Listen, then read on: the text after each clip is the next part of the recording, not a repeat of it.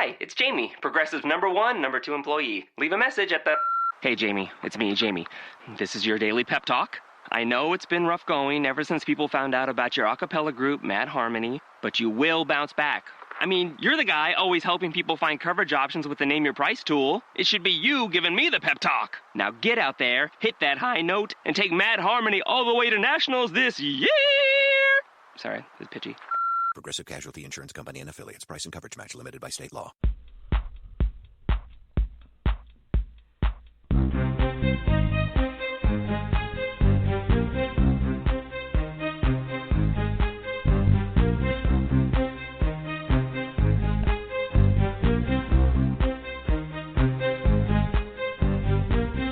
Sweet dreams are made of this.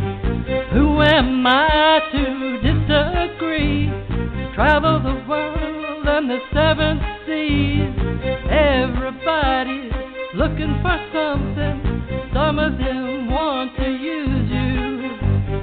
Some of them want to get used by you. Some of them want to abuse you. Some of them want to be abused.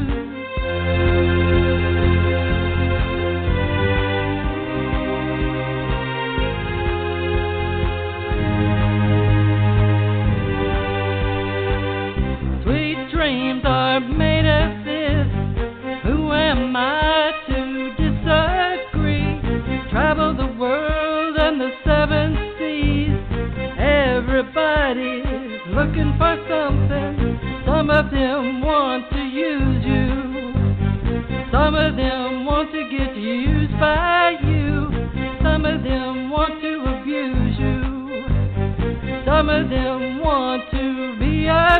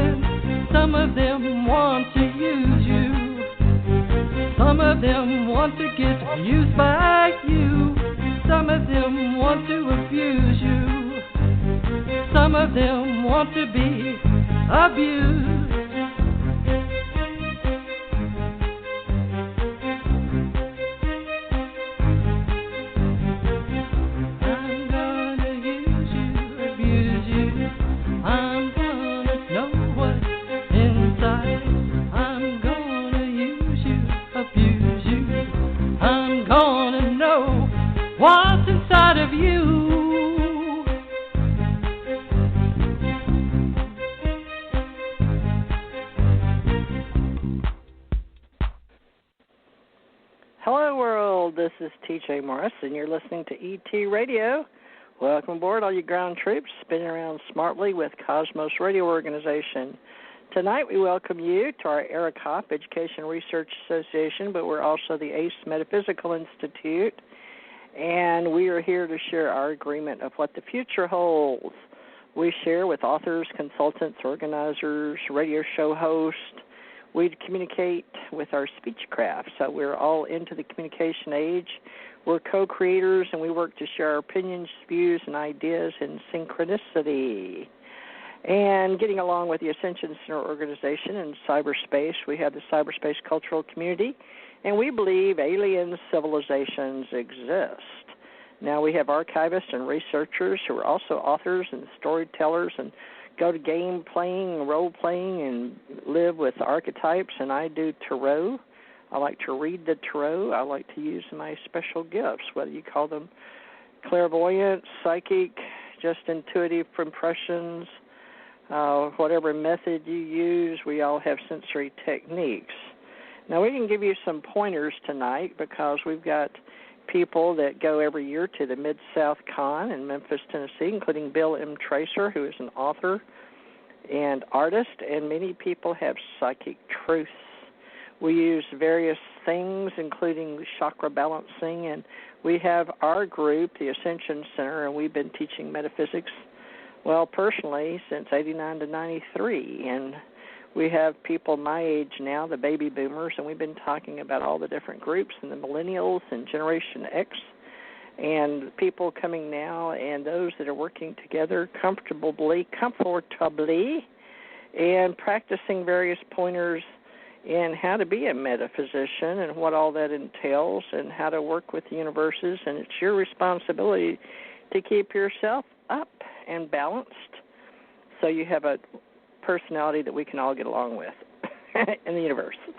So welcome. Thank you for coming. We'd like to invite you to come if you'd like to be a part of the show tonight. It's open floor panels for call-in. The guest call-in is 347-945-7207.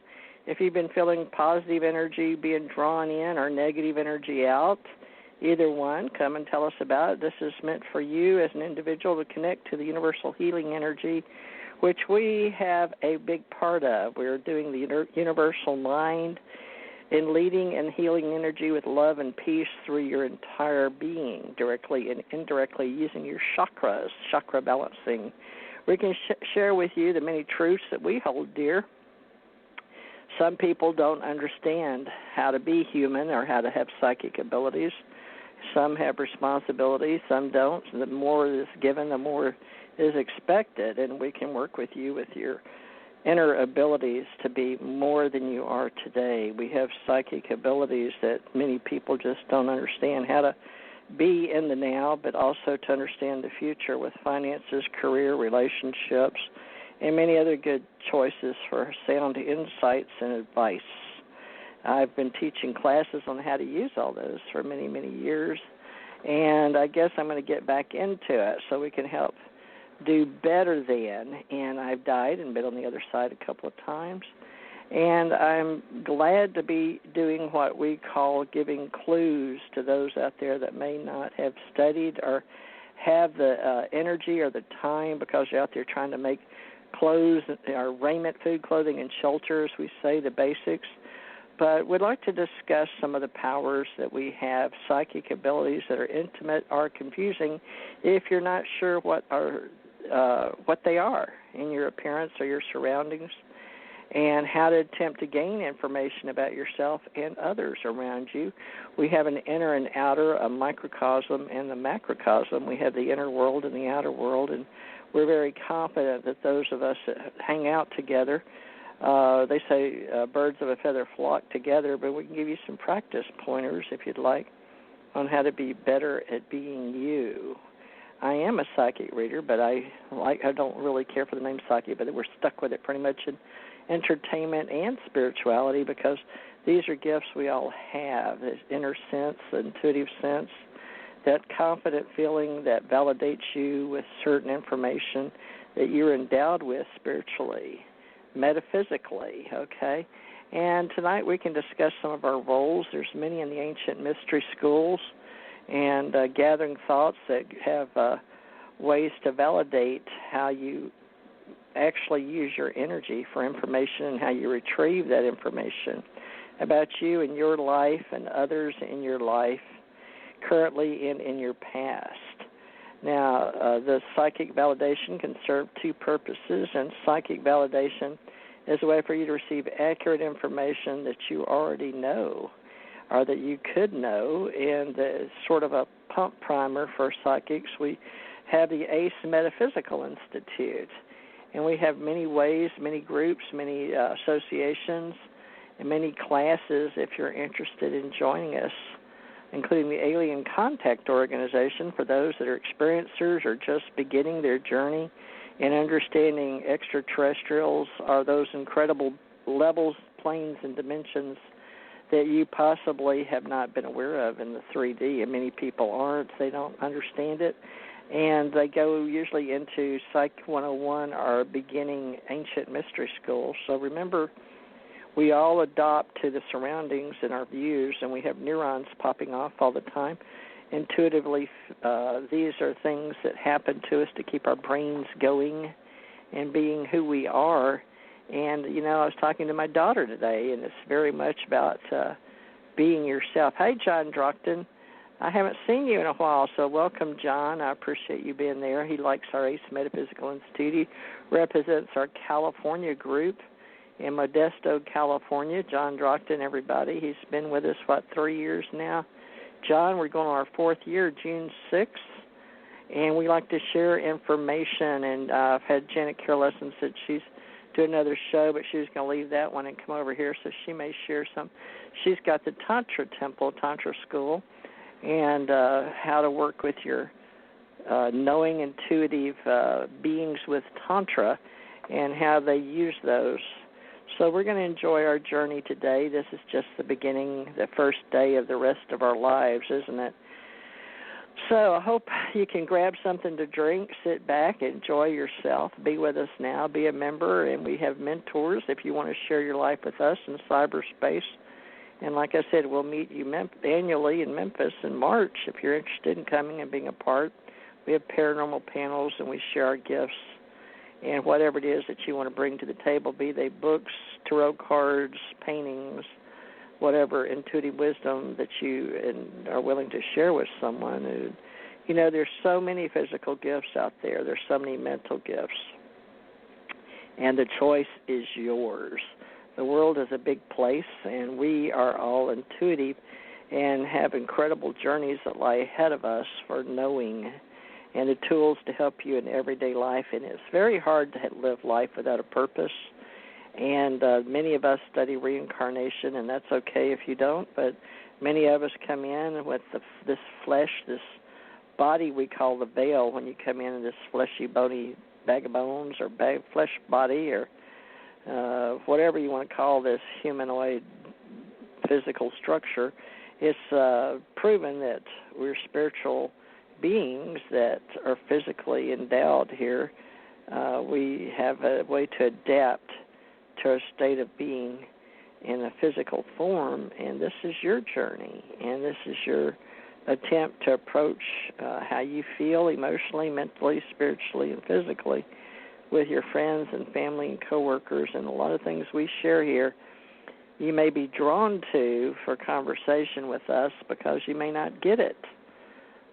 People may not believe like you do, They may not understand you and that you're growing and you're becoming and you're awake and you're aware. So I'd like to share that with people that feel like they're on a soul journey, help you with your soul, your guides, your angels, your spirits in this universe that sent information to you one way or the other. They send it and you can discover it. And you only have to recognize it, okay? If there's something you can do to help yourself develop your psychic abilities and be a part of us, we welcome you. So welcome and hope you discover. Don't worry about anything that may hurt you or make you in fear, because what's revealed to you is on your own timeline, which is very hard for many people to understand. We have choices we make, and as we become more aware, we go forward and we start learning more about our own personal psychic gifts.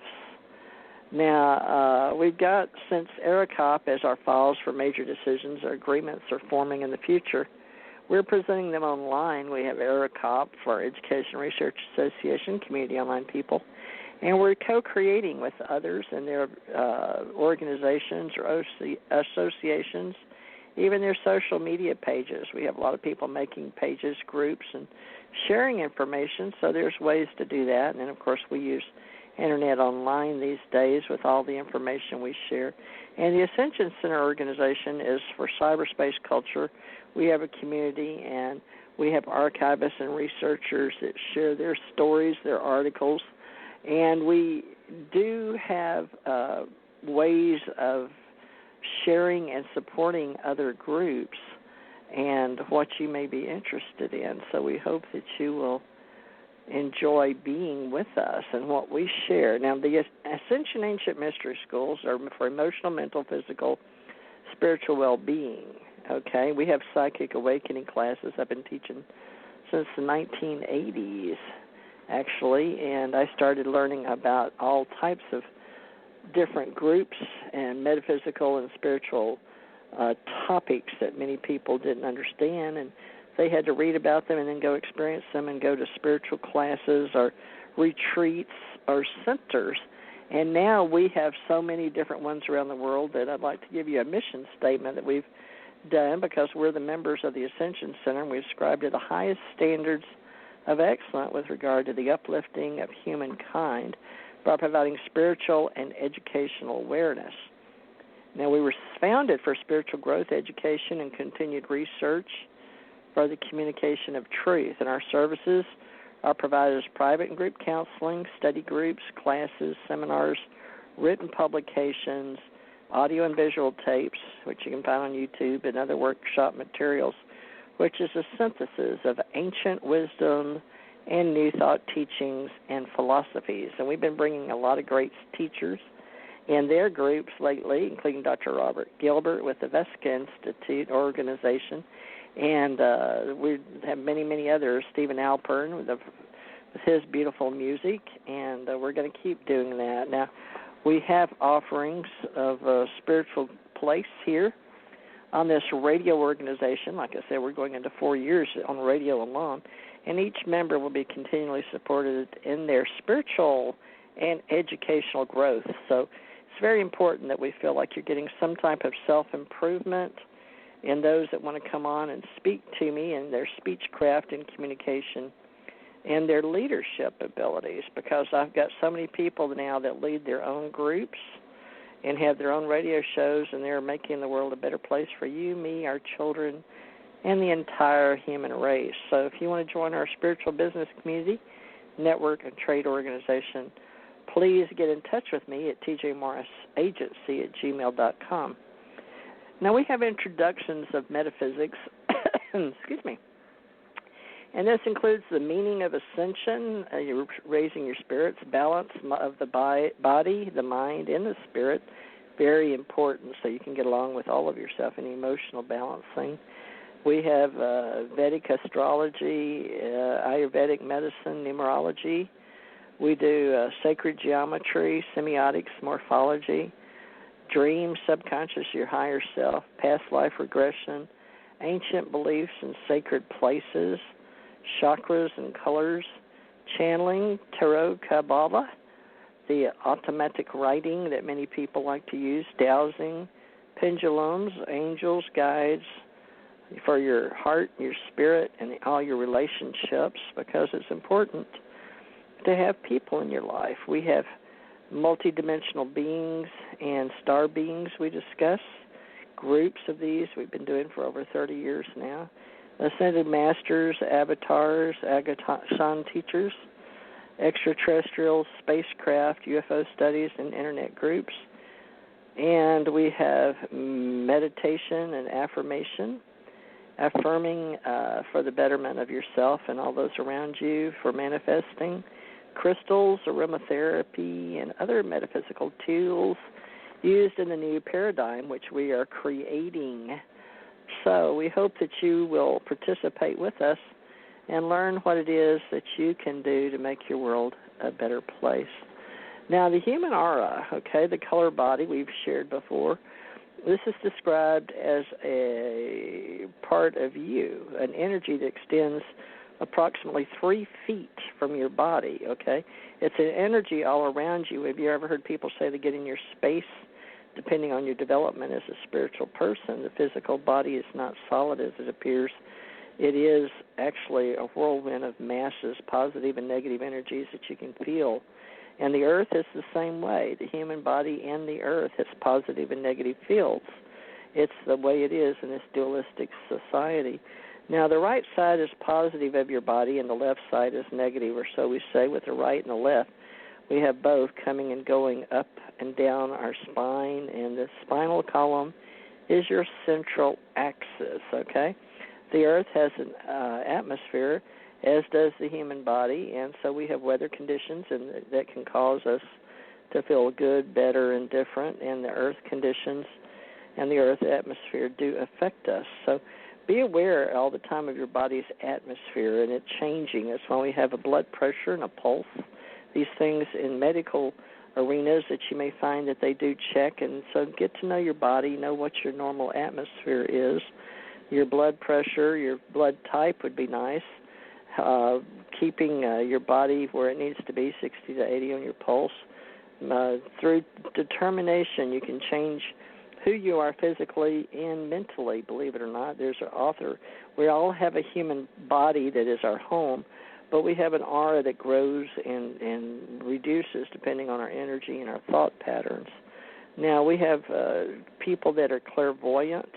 Then their auras may fluctuate, and this is something that the body has, but the average person now has a certain color or aura, and it's like a rainbow. Some colors are brighter than others. So if you have a well-rounded personality, okay, and you're devoted to being well-balanced with your colors and your positive and negative energy, a lot of people can say they can see a good example of your auric field, especially sometimes the way we discuss Jesus and the auric field around you. So we have masters that have had more than others, and some people have, in artist renditions, have put these glowing parts around the head that's like your auric field emanating, especially spiritual beings, and we like to discuss spirituality.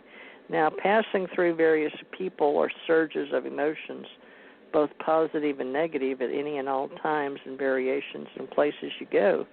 Whether it's in a mall or a restaurant, you can see beautiful people that make you feel good, or you can see people that are really down with their emotions like hate, greed, anger, and all types of sight that can be very unpleasant, can't they? But we want to encourage you to be more positive and upbeat because positive energy seems to last longer and make you feel better and will make you more brilliant and make your energy shine much more positive in the physical eyes of other beings. And they'll want to be around you, especially if you have a beautiful color, a beautiful aura around you, and you give a good impression that you're a very positive and balanced person, good energy, not too quiet and not too extreme energy. There's a balance in all of us, and we need to learn what that balance is. John, I really appreciate you being here, and I've invited a lot of people that said they don't check in now and they don't get in my chat room, but so I've got to start doing and coming and being, but I've had a lot of times myself with my energy low. Haven't been very luminous myself, so I'm working on building up my own energy in my own eyes, in my own circles, in my own body. This is your health aura or your vital aura, okay? So students learn various colors of their aura. So red, orange, yellow, green, blue, indigo, violet. And these are always the first place we like to start people. And how to learn your own normal ability to see your own. And the aura is you can stand in front of a mirror with a white background and watch yourself and then turn around and see if you can see your auric field on a white wall. Usually you can. If you'll stand in front of a white wall for 2 to 3 minutes and just people, especially if they're sitting there, get somebody to sit there, or you get someone and have them stand on a white wall and stand there for a few minutes and then have them move and look at the wall, and you'll see the color around there, the various different colors that are still where they were standing. It's really interesting how that happens. Now we have various energy chakras, like we've said, red, orange, yellow, green, blue, indigo, and violet. And the physical order, the positive colors of the auras. And we have various layers, believe it or not, in our personality, physical, emotional, and mental, from the outside to the inside. And we have there's a fourth layer that symbolizes your spirituality, your subconscious manifestations. Now we have physical colors that are red, orange, red violet, rose, fire orange, golden orange. Emotional colors that are blue, violet, blue green, emerald green. and ultraviolet, translucent violet. And we have mental colors that go into the yellows and the greens, yellow green, yellow orange, gold, ultra green, translucent. Spiritual colors are indigo, ultra turquoise, translucent turquoise, and cosmic white light. We put perfection all around us when we bring all the levels and all various colors. They're devised in levels 1, 2, and 3, okay, pale, light, medium. And then we always have a true pigment that we're evolving. And we can have particular traits based on our skin. There's negative colors that some you will see that have around people not living very well, that have somehow gotten caught up in an addiction, like drug addictions, alcohol, gambling addictions. They can even have neurotic episodes, psychotic, and the world around them can seem really carnal. They can become egocentric, too earthy, are too deprived of something, are sometimes abnormal, perverted. They can go into fear, act immature, become very confused, undecided, or sorrowful. But that can make them very ill, even up to the point of impending death and fatal illness. So you need to understand that negative energy can take over, and you can feel it. So it's very important for you to keep yourself balanced with a state of grace.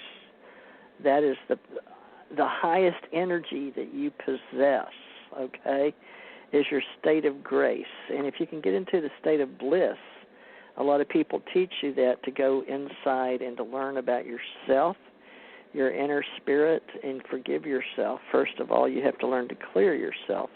All those states of mind that have caused you problems in the past and various other incarnations are in this incarnation. And many people have various ways to go into meditation and to learn how to work with the universe, the oneness, the being, the knowingness. And we also have upper echelon people, believe it or not, that have lived or been out of body or learned to travel. Their avatars, masters, and free beings. And we have those that have been good souls, teachers, and adepts in the past that come back, and even mystics and enlightened initiates. Okay, and I know quite a few, but you don't get to hear about them very often. Most of them are teaching now their own classes and have groups, and they do their best to illuminate other metaphysicians intuitionally and have good thoughts and to share and even teach a lot of people to use their lower mind or subconscious mind, doing channeling psychic material, and there's some that are just conscious mind, and the do-gooders, we call them, and the light workers and the truth seekers. We have mental, emotional, and physical 7 levels within the body that progress through incarnation to incarnation. And you are eligible to climb steadily up the path, a spiritual path, through levels of consciousness, okay, and awakening awareness. So you'll hear people saying they're waking up a lot lately, and it has a lot to do with the energy of the world, the planet we're on, and your incarnation. And the meditation is the key to speeding up your soul evolvement in any one of any lifetimes, or to help yourself remember. Some people want to be regressed to remember their past lives, and others, well, they may be first initiate. They may be at a first soul level. But there's 3 main aspects of you, which is called the personality, the suit of clothes you're wearing. That's your incarnation. The real you is the soul. Okay, that's an individualized spirit operating through the body. Physical, your feelings, which are your emotions, and your mental, which is your mind. Okay, and the spiritual side of your nature is always in the upper levels, the upper echelon, 4, 5, 6, and 7. Now, there's the development exercises we can have you do. You can work with your subconscious mind and try to work. And the reason we give you all these ways to work with various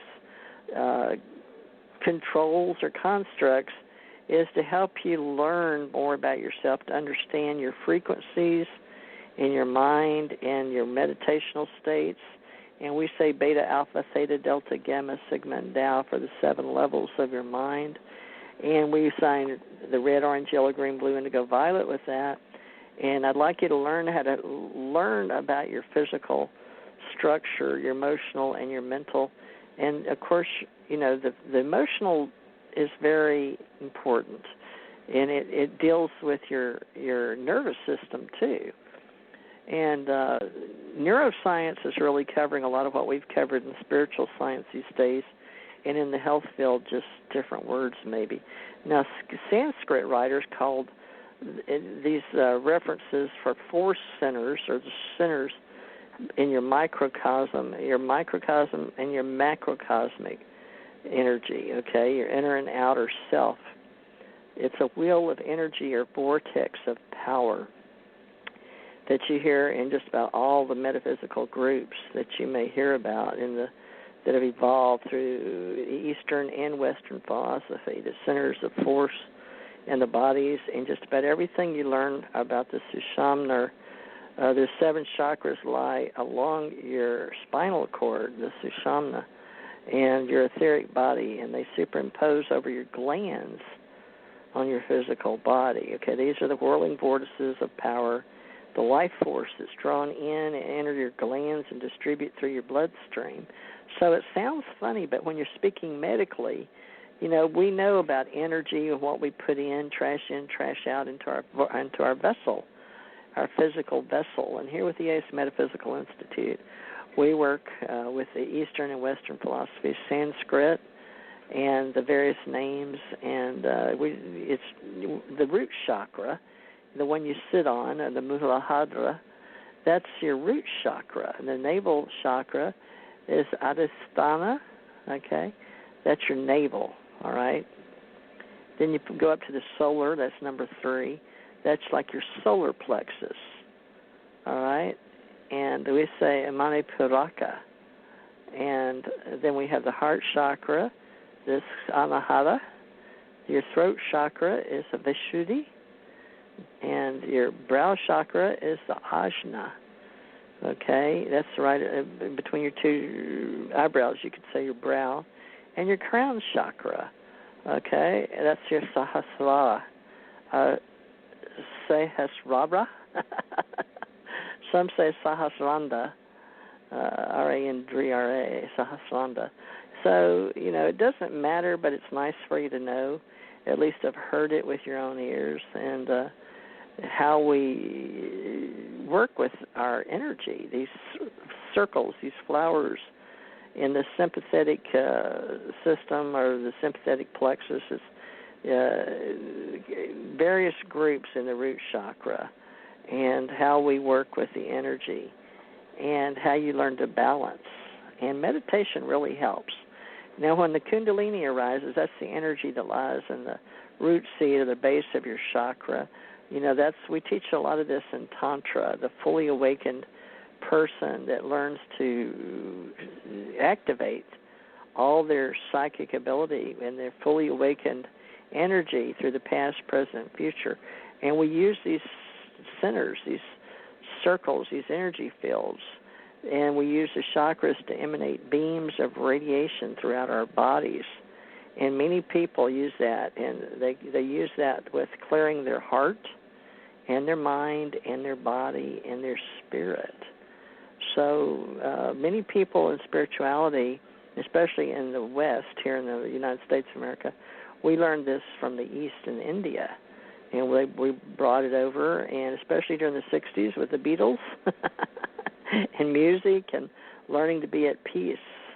A lot of us in my generation learned about the flower of life that has 6 petals, and we make pure white circles in our minds, and we use the symbol of the moon, and the petals are red, blue, and green, and all kind of different colors. We use vital energy, and the spleen is rose-colored, and we have the psychic aspect of the lower abdomen, the kidneys, and spleen center psychic absorber of solar prana, or sun energy, into the etheric body, okay? So there's all kind of ways to use this energy that radiates, and we want you to be conscious and aware of all these centers and this energy that spins up and down and activates your energy for astral journeys. And they can be very vague and very sensational, or flying through the air, sometimes in your mind's eye when you're sitting or laying down, or even when you're dreaming, sometimes we do this. So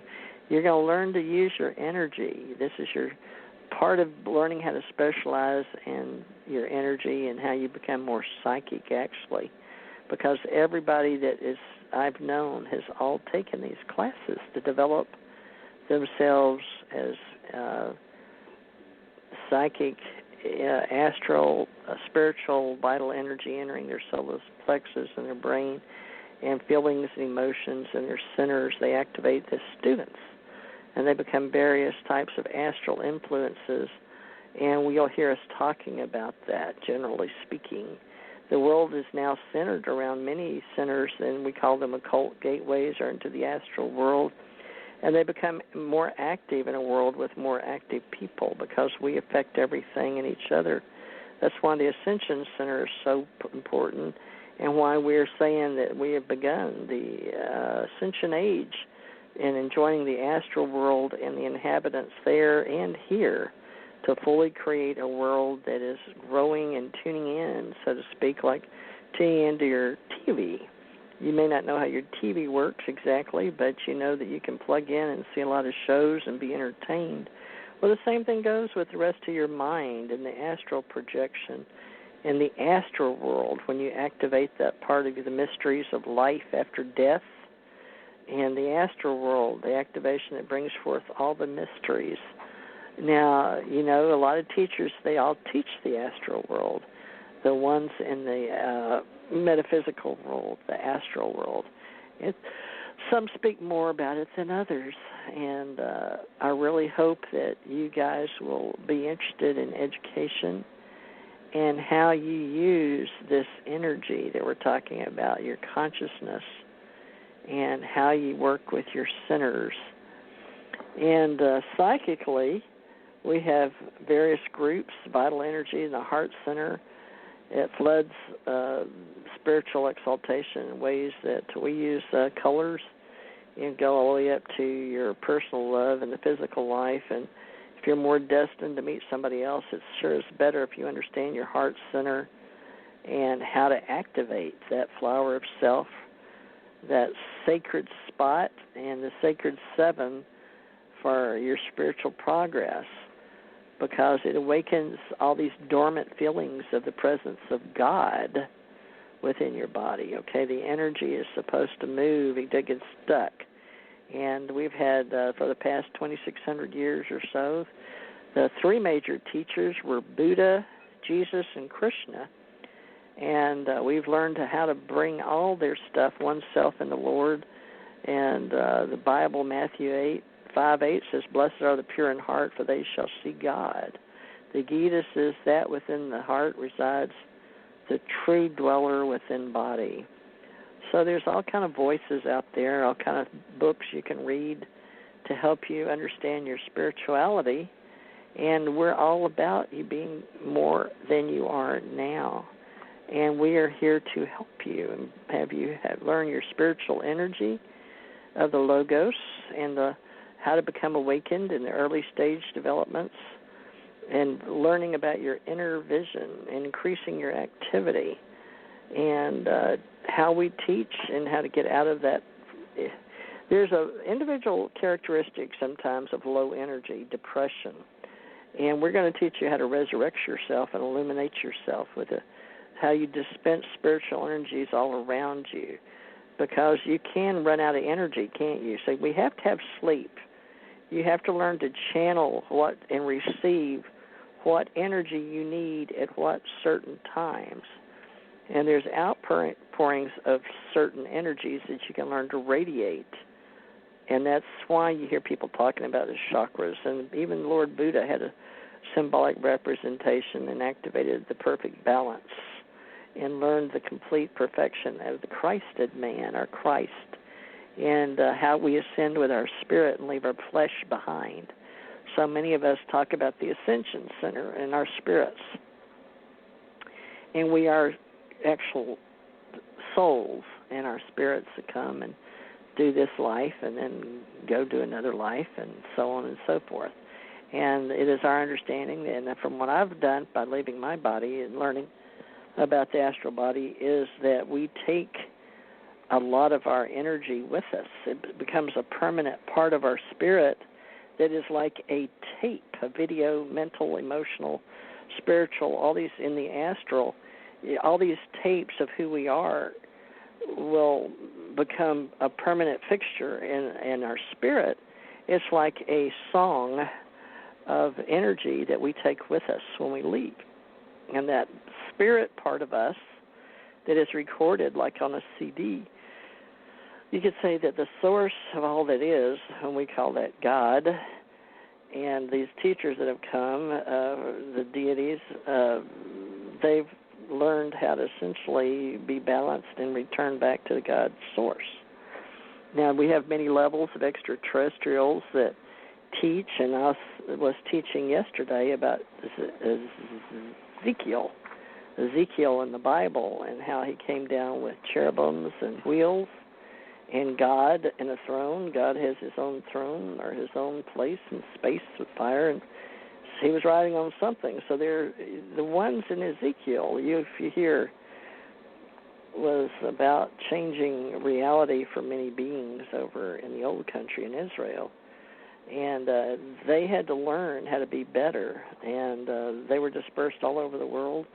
And I believe because of their learning abilities of how to be and how to give praise and how to meditate and to learn to have better extrasensory perceptions, higher intuition, more love, more caring for humanity, that these abilities become part of their soul self.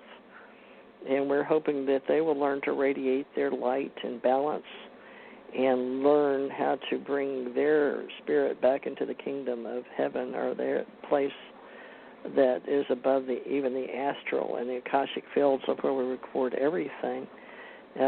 We have those people that just need to understand what we have all learned to study and how it affects us in the plant and animal mineral kingdoms. And we are the stewards while we're here to take care of this planet, this orb in space, and our purpose here for balancing ourselves and our home planet with life force and the Christ substance, the prana, the forces, we can call them electricity if you want, pure energy or prana, and that permeates in all things and all beings, okay? And people tend to forget that. So, we're going to try to help you with learning more about your energy and stimulating your body and nourishing your carnal property, your body of flesh. But learn how to eat right, sleep right, think right, meditate right, balance your energy, and gradually turn upward and upright in what we call ascension being, and learning to work with your third eye, your center, and become upright position, balance, and how you can learn to channel your energy into being more than you are with your higher self and your oversoul, okay? These are parts of you that you may or may not have learned or been introduced to.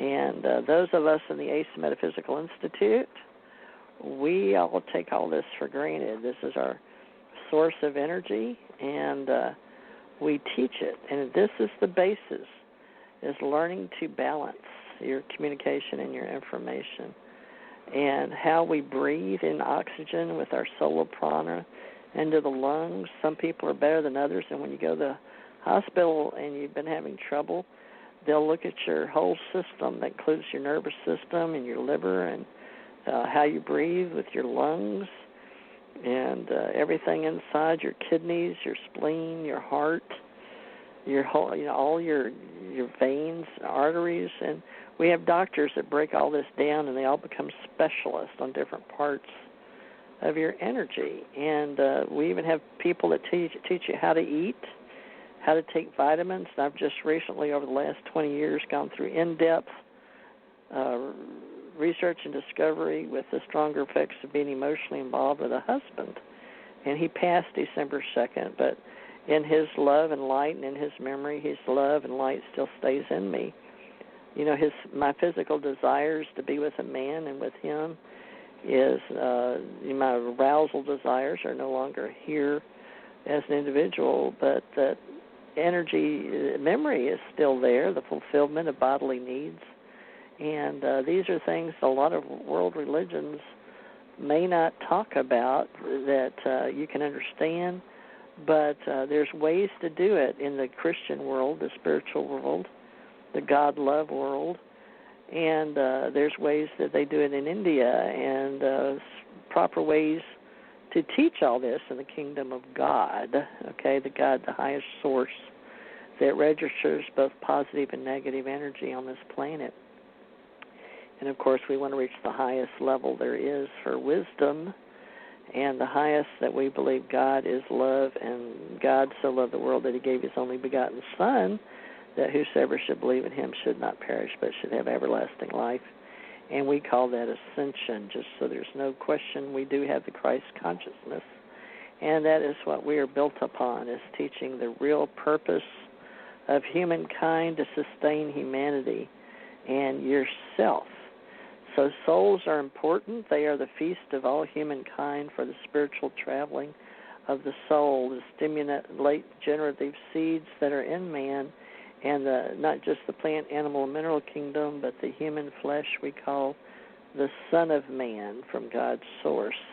He gave us these bodies, for our etheric bodies are known to be healthy and vital, but they come down and live in this electromagnetic body, don't they, this governed physical plane, and we're all directly related to God-man, Kadmon, or Adam-mon, or Adam, you can say the Adamic race, and all the different types that we refer to as humanoid species. And we utilize the physical self and the cells, and we understand the signals from our neurons in our brain, and the more we know, the more we can understand our existence and how dependent we are upon energy that's assimilated from our energy rays, solar rays, God's source, and how they come and help us become more physically active. Have you ever noticed when it's rainy and yucky and dark outside, most of us just get a little down, especially older people like myself that's had injuries and get a little arthritic? It's really something to that. The energy changes in the air. You can feel it, and old people can feel it in their bones, especially if they have rheumatoid arthritis. We physically manifest in our physical body. But when the sun's out and it's sort of a nice temperature, maybe 72 seems to be a perfect temperature for a lot of people, we assimilate solar rays when the sun's out. We just feel better. If we have our weather being good and, the sun's out, we feel good. So think about it, energy, and how we erect that energy. Think of it like a bright, sunny day is when we're all turned on or all excited, high energy, bright colors, and we just feel good. And then low energy is like when we don't have any food and water and we're just not right in our body and we're weak. And sometimes we even get a little depressed with like the rainy days and cloudy days, and we just don't feel good. So we have to nourish our bodies and sustain them and understand energy that sweeps around us, through us, and all around the system and the planet. So be aware that weather can affect your chakras and your synergy and your energy. So the time you pass through life, come and go in this outer aura or this world, this etheric web we live in, we start speaking to you in the metaphysical world about the other world and the astral planes for the average person to draw energy upon, and to your divine nature to recharge and regenerate your body. So, with all of that said, what prevents you from being average? It's your exposure to the forces and other planes, dimensions, consciousness, energies, and the keys that other people hold that may be your teachers, your masters on your etheric walk and your spiritual path. And we have beings that know more, do more, study more, correspond more, and give out more in penetrating energy. And this sheath or web of energy has a way of finding other people just like you. So think about what you're doing and how you can join us and what is your gift to humankind. John, would you like to come talk to me? Call me at 347-945-7207 if you want to, because you could help me tonight and, give me some ideas of what it is to make you a better person, because we haven't talked in a long time. And I need to start doing some psychic readings too. But I do different nights, different things, and inviting people, is something that can be a part of our show, and sometimes it's better. But, John, can you hear me? If you can you say hi in the chat room? Hi. I said hi, and let me know what you think. I've got another hour here, folks, or we can just keep it 1 hour if you want, because we have many people that are teaching many things, and we're almost getting into information overload into our mental. We've got to learn to balance our physical, our mental, our emotional, and our spiritual bodies. And that's why a lot of us work in our astral bodies as well, okay, normally passing. Now, Sharon's psychic innate abilities to predict the future is what most people think, okay? These are tools. We talk about the chakra balancing, and hi, John. You want to come talk to me or give me some ideas of how I could help you? Are you game for coming on and sharing your life, your mind with others for this recording? Because we're doing this live, John. But do you think that the universe has provided this place and space for you to call in and talk to me? Because we haven't talked in a long time, John. We can share that we are psychic and we have intuition and we all have minds. And in this day and time, we're learning to experience, just like little children learning how to share deja vu and our guidance from within, and how we adjust to each other, and knowing that we are not alone in the universe. There's extraterrestrials, there's angels, messengers, watchers, guides, teachers, avatar masters, those that are coming and going from the planet. Some of us know more than others. There's various levels of dimensions and realms. And thank you for joining us, all of you out there. Mary, if you want to come on, Mary Lou, who knew? You can call in on 347-945-7207. And if you're looking to come in and talk about your energies in the universe, what makes you involved with us at the ACE Metaphysical Institute.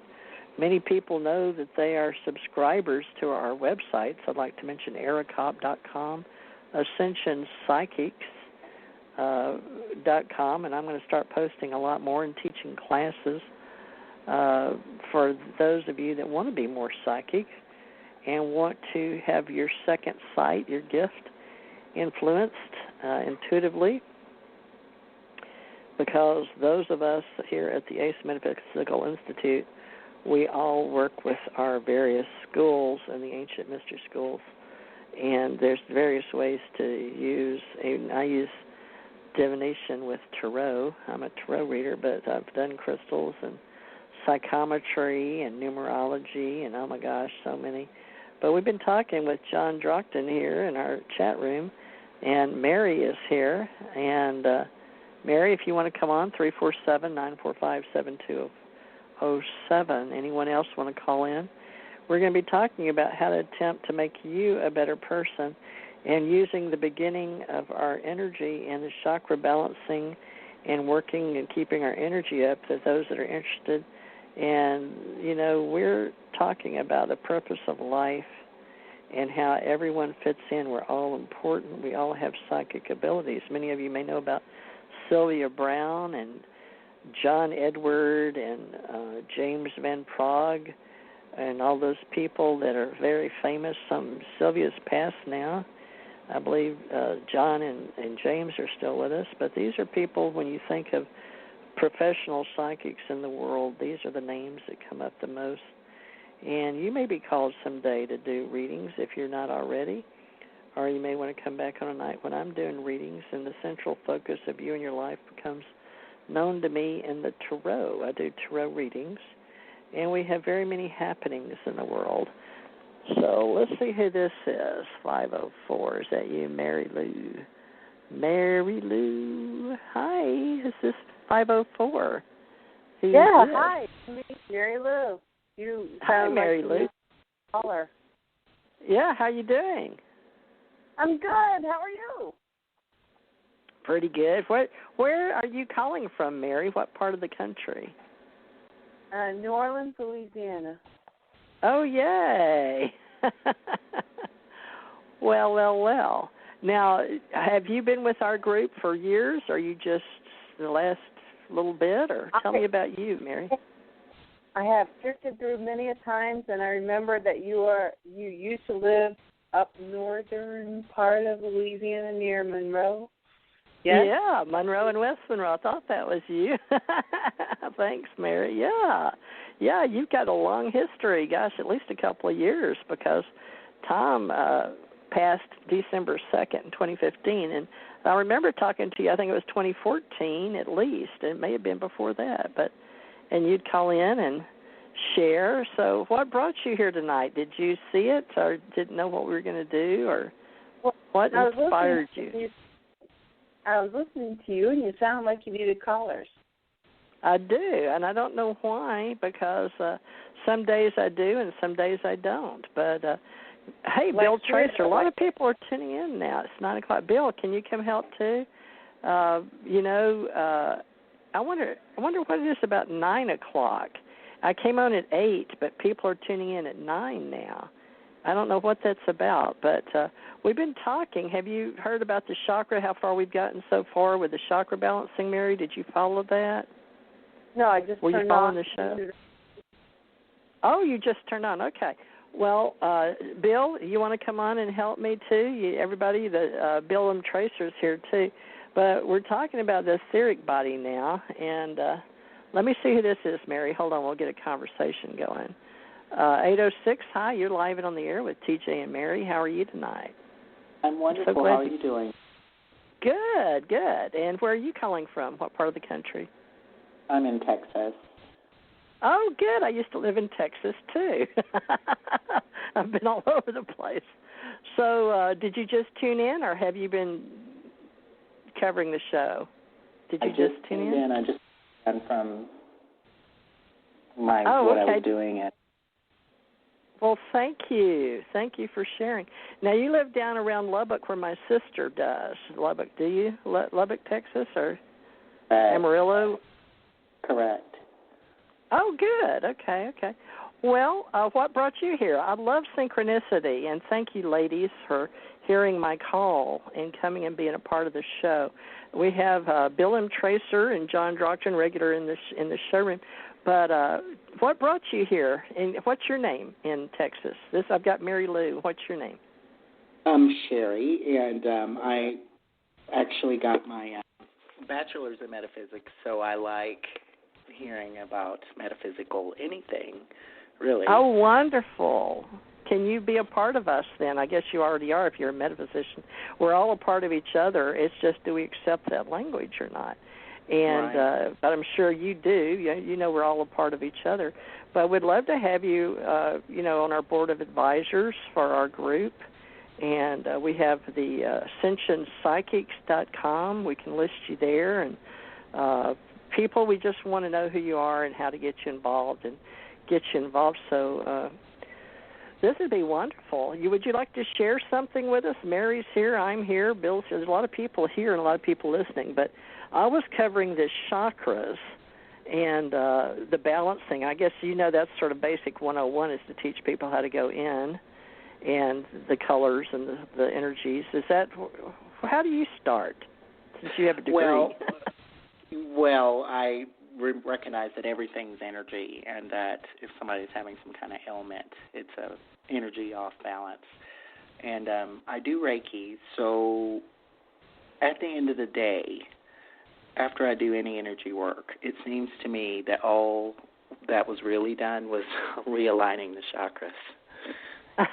Well, very good. I mean, I understand that. other things are going on, but really the chakras being balanced is really important. So wonderful. Thank you. So the basics are, and you heard that from a Reiki master, the lady with a degree in metaphysics, folks, what we're sharing, the basics of your energy, is very, very important for you to be involved. Now, let me get some people on here. Now, give me your name again. Sherry, right? Correct. Sherry and Mary, and we're going to start something. We're going to give people a voice in the metaphysical world. Let me get Bill on here. Bill's one of our gentlemen, and I see 402 and 727. My goodness, you people are really showing up at 9. Maybe we should start this at 9. I don't know. Hi, Bill. Hey, Bill, TJ. this is Sherry and Mary tonight, and we're just creating synergy. It's metaphysical night, and Bill's on our board of directors as the vice president of our group, folks. I guess you're accepting again this year, Bill. I didn't even question that, did I? Well, there's no need to question it today. Thank you. No Good, yeah. Okay. And he's one of our authors and helping us write one of our books on one of our spiritual paths in the ACE Metaphysical Institute called The Open Walk, and we've been very happy. But this is Sherry from Lubbock and Mary from New Orleans, and I guess I'm going to grab a lot of our people back into our electromagnetic space here, I guess, in our astral world, but working together. This is wonderful. And, I guess we ought to talk about what it is that keeps us balanced. But let me get 2 more people here that balance, because we're just going to talk and we're going to rotate. Hi, 7207. Where are you calling from, and who are you? Hi, this is Walter. I'm calling from Tampa, Florida. Wow, Walter. You've got a powerful voice. Are you a metaphysician? I just have an extremely expensive cell phone. That's funny. Well, thank you for calling in. This is wonderful, folks. Yeah. So, Walter, now you've got it. This is Speechcraft. It's one of our metaphysical, places here in space. We meet here. And so we're all connected, and we're talking for our metaphysicians here, ACE Metaphysical Institute, with our regulars. And I know Mary's a regular. I know Bill's a regular. Now, Walter, is this your first time? Yes, it actually is. And thank you for having this type of a program and letting people call in. It really educates us. Well, thank you. Well, wonderful, Walter. Did you hear that, Sherry? This is his first time. Me too. Oh, cool. No way, Sherry. Come on. Sherry, are you serious? I feel like I've known you forever. You must be a very old soul. I know. Folks, we talk about that in the metaphysical world, like it's you meet somebody and you're like, okay, you're in that body, but I swear I've known you forever. It's just a feeling in the voice and the resonation and the energy, isn't it? It's like sometimes you just meet somebody that you really, really feel like you've known. And I had that with Bill, and I didn't feel funny around him at all. I was just trying to figure out what body he was in when I met him. And he's been wonderful. Bill, we've got Walter here from Florida, another gentleman. So Walter, Bill, I'll let the gentleman, Bill, Walter. You would like to introduce yourself, Bill, to Walter? And we'll listen. Okay. Well, sure. You want to introduce yourself? Yeah, first off, I want to apologize about being late.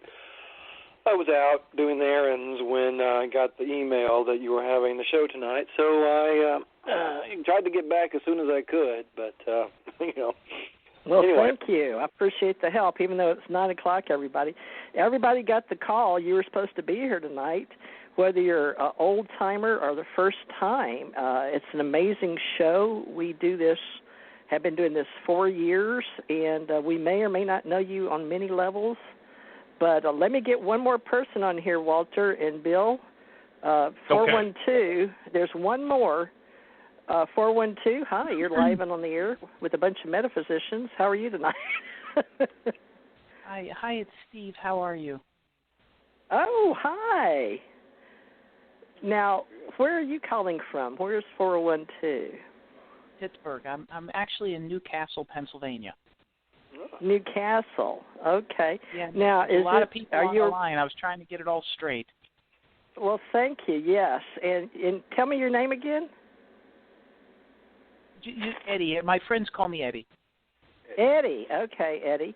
Yeah, okay. Now, this is it, folks, for right now anyway. Okay, let's try this because we're all supposed to be here. We're all going to try to make this work where we get to know each other and we all share in this wonderful place and space, which is radio airwaves. And we don't know where they I'm sorry. What was the fellow's name again? I didn't hear it from the 412 area. Walter. Okay. We've got Eddie, and Eddie is from Pennsylvania. Now, Eddie, are you male? My name's Eddie. Eddie Stanson, and I'm calling from Pittsburgh. That fellow's very loud. What's his problem? Oh, it's his good, powerful energy. Hey, what's your problem, buddy? You got some sort of an issue? No, I don't think so.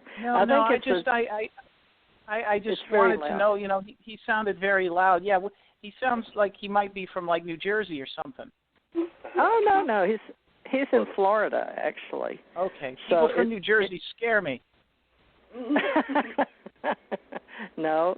My grandmother's from New Jersey. There, Eddie. You know, Eddie sounds like he needs a smack across the fucking face. Maybe that's what he needs. No. Okay. Well, let's not do this. This is not good. So maybe we've got people that are supposed to be here and maybe people that are trying to figure out where they're at in life and what they're supposed to be doing. But I don't need that kind of talk, so all I do is have to wait and have you muted. So let me figure this out. Now, I've got, let me make sure who I've got. Bill, I know I've got Bill, and I've got Mary Lou. Mary, you here? Yeah, I'm still here. You had a show. Okay, and okay, sorry. And I've got Sherry. Sherry, are you still here? Oh, you bet. All right. Well, then let's do this. We'll have to have the ones that are not having a very good energy. Everything is energy, is it not? And whether it's positive or negative or energy for the radio waves, we've got to have people that have energy that wants to assimilate with the others. It's just visible to so many on the radio airwaves right now that we have to think mentally that spiritually is just as important for the breath and the love of life, and I've seen it leave my husband recently. So I know how important the oxygen is, and we need to learn to emanate good thoughts. So I apologize to everybody for people if they've got people coming through that are feeling intimidated, or we were talking about that energy earlier. So the etheric web, Bill, let's talk with you. Let's start with you and Sherry and Mary. The astral and physical planes. Bill, I had started with the reason we have energy and why it's important, the energy that we breathe and keeping it balanced. And Sherry came on being a Reiki healer. She's got a degree in metaphysics. And, you know, working with the higher planes, we do this regularly. But, Bill, would you like to add anything about the balance of energy? Because you just heard how some people may be stimulated by someone else's thoughts or someone being loud. It's a good point, right? Yeah, you know, I've been recently studying a book by Rudolf Steiner, How to Know Higher Worlds. I'm not through it yet. I've not finished it, but I am right at the halfway point.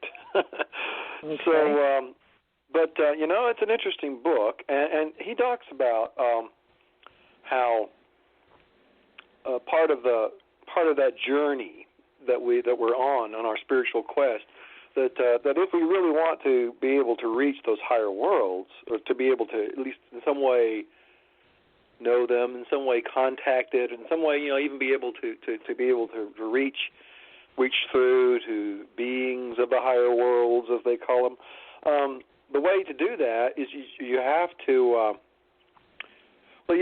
it's not like you're divorcing yourself from your emotions, but what you really need to do is to be able to maintain a state of calm.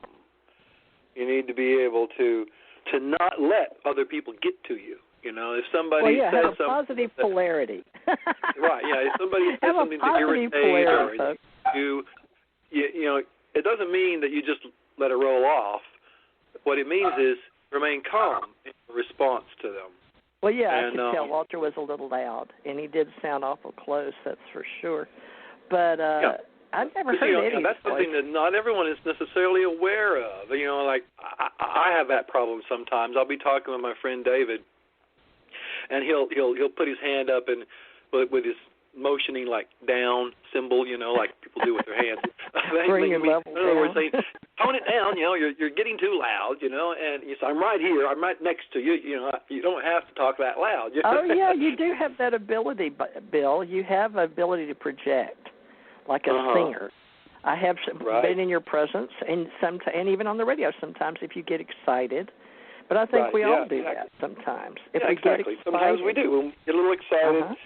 Our volume goes up, but we're not necessarily intending to yell or to be confrontational. It's just that, it's that excitement, So I think that's really what that was. And we're looking at a misunderstanding here.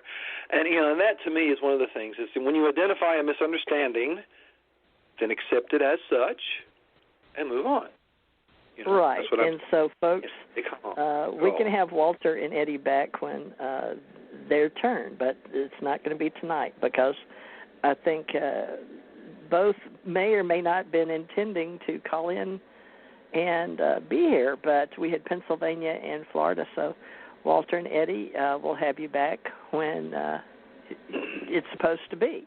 But thank you for giving us that excellent example. If I had to pay you to call in and do that. I didn't, folks. I didn't.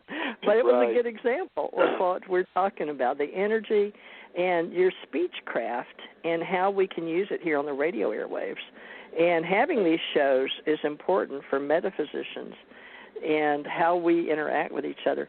Now, let's talk for a minute. Sherry, explain to people what it is to have a degree in metaphysics, if you don't mind, what that is and what that meant to you. Can you sort of give us just a brief introduction of what it is? Well, it's through the University of Metaphysics, and I'll just give you how I see it. That's really the only way I can do it.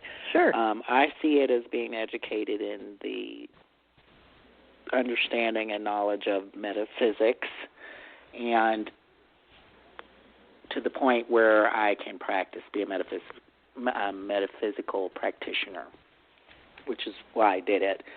And that is a way to heal, a way to respond and navigate through this world, and it's a way of life or a practice which allows you to live the highest quality life you can,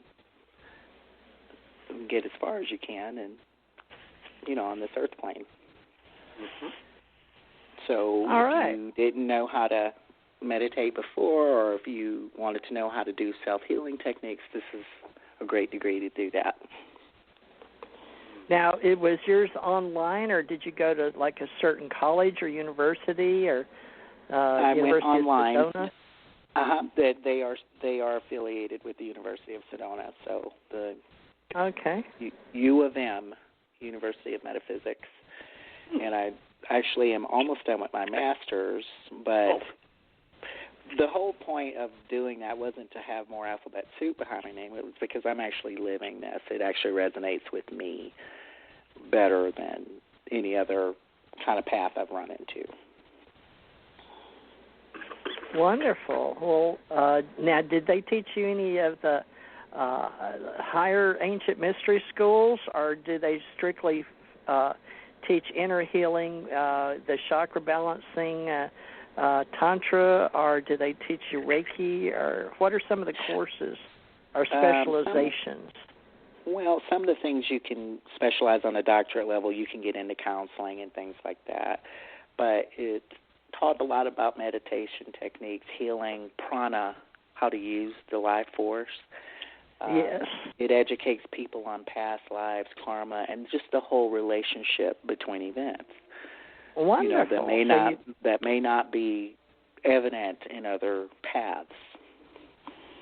Okay, wonderful. We were talking about prana, weren't we? There's the personal kundalini and the planetary prana, and that emanates in everything and everybody. But the kundalini rising, do they actually teach the Indian philosophies and the Indian names, or I guess they use the word kundalini, in other words, the same language? Yeah, they do use the word kundalini. And when you get the bachelor's and even the master's level, it's really a door opener so you can go into deeper esoteric and mystic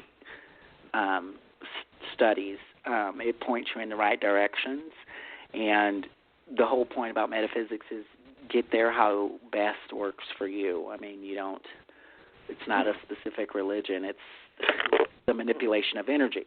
So you learn how to work with energy. But Wonderful. I went and got the Reiki separately and all the advanced stuff separately. But, yes, I am getting more knowledge of the mystic ancient teachings because they were gotten the only way you can get them, and that is through meditation and spiritual insight. Wonderful. Yes, we've had the Ascension Center since 89 to 94, and we've also always, I've taught over 1,500 psychic counselors, and we've had life coaches and wellness practitioners, and, of course, ministers. And Bill and I ask everybody to join the Modesta Universal Life Ministries, especially if you plan on working in the healing industry and marrying people, but that's up to you. But we share that. It's a free thing, folks. You just get registered on the Internet. So we have our Sundays is our Internet Ascension Center Church online for very spiritual people, but we do pretty good. We handle different messages, I think. We do pretty good. What do you think, Bill? You think we do okay? You're all delighted. We do okay. Okay. Yeah. Yeah, I was just looking at the website here for the University of Metaphysics. Wow. Looks impressive. Yeah. Is it the same? Are we on the same page as far as basic philosophies, or do you know? Yeah, most all. I'm pretty sure we are, or I wouldn't have gravitated over here. That's really important to me. I would not have gravitated over here unless it was meant to be in my path. So. Most people resonate with that evolving consciousness and awakening and awareness of your own heart path, your chakra. I believe that Bill, I think we're very much on studying everything. We're very much about consciousness research, awakening, awareness, but metaphysics in general, in cosmology. So, folks, we're very much about sincere spiritual educational awareness and doing it with you and online. So, the divine design picks you, and you get to come here. And we're working with people. We have many friends that are caregivers, a lot of them different levels, a lot of registered nurses. Believe it or not, I've got friends in very many levels of PhD. Recently we were doing the International Science Global Pyramid Conference with Dr. Reverend Martha Thomas and in Chicago, and she's done a wonderful job of bringing various groups, including Dr. Robert J. Gilbert and his group, the Vesica organization, separate from our own. And we have many, many people that have different groups in different organizations. So if you're one of those and would like to join us, please let us know. We're very much about synergy, your mystical thoughts, your ideas, and how we project our speechcraft. Now, we're utilizing people that show up tonight to discuss our constant etheric prana changing, and we've had a couple of people help us slightly about erecting good, healthy thought processes, but especially using your voice, your vital energy on the radio. And, I could tell it was interesting that Walter talked about his great expensive, he called in for the first time in Florida, but he had very good equipment, and he knew that. And yet that seemed to be something that this woman, I guess it was a woman, a man or woman, that was that. It was. You think Ed, Walter and Eddie? Ed were the problem. Walter and Eddie, and they did have different area codes, so I don't know if they knew each other or not. Something told me that they were working differently, but it struck a nerve center, didn't it? You could tell. Mm-hmm. So you didn't have to, whether it was meant to be or not, there was something that they were both working on. And I guess we got to be a part of it and just sort of, for whatever reason, which you is got weird to see. because I wasn't triggered at all, so I didn't understand. I wasn't either. I knew he did like, sound loud. Well, I didn't Yeah. sound that loud. I mean, he's on a mobile phone, for God's sake. Yeah. I don't know. I thought it was odd. It was. Yeah. It seemed instantly chalk it up to being odd. and unnecessary. Or they could have been Yeah. calling in as a joke. You never know. Sometimes they call in and joke around. Yeah, I sort of got that feeling. I don't know. Did anybody else get that feeling that sometimes It was a tag team, seemed to me like. Yeah, it could have been. Yeah. Could have been. Yeah, we've had some of those before, and when I'd ask people to call in or have a call-in show with psychics, some people just do that, interestingly enough, to entertain themselves. Yeah, of all the places in all the world. So the human will, okay, what afflicts or what affects the human will? And sometimes it can be positive and sometimes it can be negative. But, basically this land is a dualistic place, positive and negative. And the trick with our love of nature is to learn to balance and not to destroy or destruct the energy, especially when we're trying to create something together, because most every one of us is a co-creator. And choosing the words wisely to combine love with wisdom, that's usually the bottom line, I would think, with metaphysicians, is love and wisdom. We say love and light, folks. You may say, oh, you want to be a love and lighter. You'll hear that. That's your metaphysical talk a lot of times for people that do love and wisdom, love and light. Have you heard that, Mary Lou, to get you involved here? Have you heard about the love and lighters? Of course. Can you hear me? Uh-oh, did I lose Mary Lou? Uh-oh, I did. She dropped. Mary Lou, I'm sorry. Somehow she was here and she fell off. 917, where are you calling from? Hi, New York? It's me. Hi, I've been expecting you. Anna. Of course. Yeah. Tell How are everybody you your doing? name again. Good. Glad Anna. you called in. What's that? I'm glad you have a show here. Yeah. And just wanted to say hi. Thank you. I'm so glad you're here. Tell everybody your name for that you're using right now, your name. It's just Anna. It's just Anna. Yeah. It's always been Anna. And Mary Lou, I'm sorry, Mary's in the chat room, but Mary, if you want to call back in, please feel free to call back in. I was having a little trouble, and I needed some people to help with the show, to help balance the forces of love and wisdom. And there she is. I don't know how she got kicked off, Anna, but hold on, let me get Mary. Mary, you there? Yeah. Can you hear me? Okay, I don't know Mary what happened. Lou. Mary Lou. It's Mary Lou, and I went to unmute, and I hit the wrong button, and I got disconnected. Okay. Well, we've been having fun tonight. Radio airwaves, folks. But Anna, do you had remember? to phone on you because I have kids on this, and I didn't want you to hear them. Okay. You have what on your phone? So I have children here. Oh, Mary Lou has children. Okay, Mary Lou. Well, I was asking you if you heard of the Love and Lighters. No. Oh, you haven't? Okay. I mean, well, maybe, just... but not in that context. Oh, okay. Well, it's basically what I said. It's people, they call us love lighters or love and lighters. And we are said to, they say you're going to join the Love and Light community.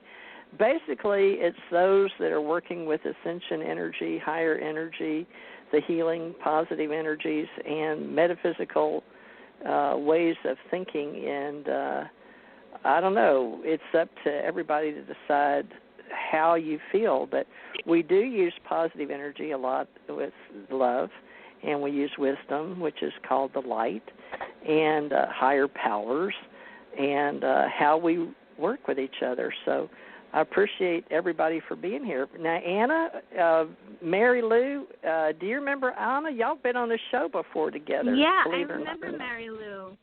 She's always with you. Wow. Ha. Okay. So Mary Lou and Anna have been on shows before. And I guess this is like old home week. I guess we're going to start back up for the summer, folks. Now, let's ask some questions of some of our regulars. Is it better to be 9 to 11 Eastern, or wait, that'd be 10 to 12? Is that too late, Anna, for New York, in your opinion? What? Or is what time is? Yeah, is it too late? Everybody tonight was tuning in at 9 o'clock. Not for you?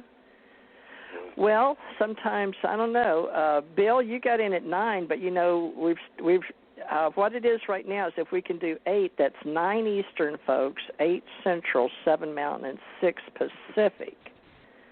So I came on at 8 tonight. But if I come on at 10 to 12, a lot of people go to work on Thursdays. But, you know, this is a group thing. That's why I wanted you people here tonight, so we can all work together and be who we are and show up and help people. And I'll do readings probably on Tuesday, I think, Tuesdays. And Wednesday, we can do Ascension Psychics on that night. Thursday is just everybody to show up for a panel, and whatever comes up for us is the ACE Metaphysical Institute. Now, I know you're going to say, well, where is your website? Well, believe it or not, the ACE Metaphysical Institute is part of the Ascension Center organization, Ascension Psychics, and I broke it up. And we have the TJ Morse ACIR, which I'm TJ, and we have several websites, and some of them have our historical documents. So it just depends on your part and what part you're going to play, past, present, future, and how you can fit in. But, Sherry, you sound like you'll fit in really good with Bill, me, Mary, and Anna. And Anna's been calling in for, what, a couple of years now easily, Anna, isn't that right? I guess, yes. Maybe even 3. Because Definitely 3. You think? Yeah, because back to and it may have been 2012. I don't know. This is going to be our 4th year, folks, June 6th. So if you're new, thank you. So 4 years coming on. Now, Bill started 12 to 13. Anna, you were right in there. Do you remember? Because you remember how many times you've renewed in New York, don't you? But you think it was 2013? Yeah, I think so. Hey, Bill, do you remember Anna's voice? We didn't keep a record, folks, just in case you're wondering. It's kept universally in the Akashic field. What do you think, Bill? Yeah, I don't. Maybe I just wasn't on when she was on because I don't recall Anna. But she's been on a lot of my psychic reading shows when I did readings, tarot readings. I haven't had a psychic reading for years. Yeah. Well, that I haven't done a lot of the psychic reading shows, so that may be why I haven't met Anna before. Well, Anna, you and Mary both. How is your lives going? Because you both came on the psychic reading shows, but has your life been pretty good since we ought to hear from you and see what you're both doing? And Sherry has got a degree and been called here, but she could help us out a lot too, hopefully in the future. But Anna, how is your life going? Is it good? Yeah, it's better than 3 years ago. Thank you. Good. That's good. Yeah. Well, hopefully being a part of your life. Do you remember? do you remember Matthew? Yes.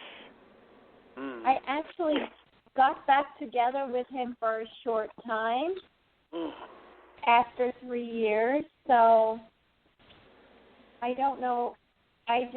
We're just taking a break now. Oh, okay. So you got back and now you're back.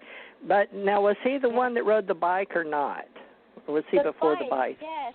Yeah, he still rides the bike, and we ride the bike together. Good. Yeah. Well, good.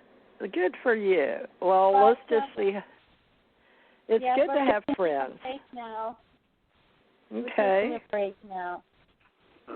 Well, you're a beautiful girl, and I'm happy for you.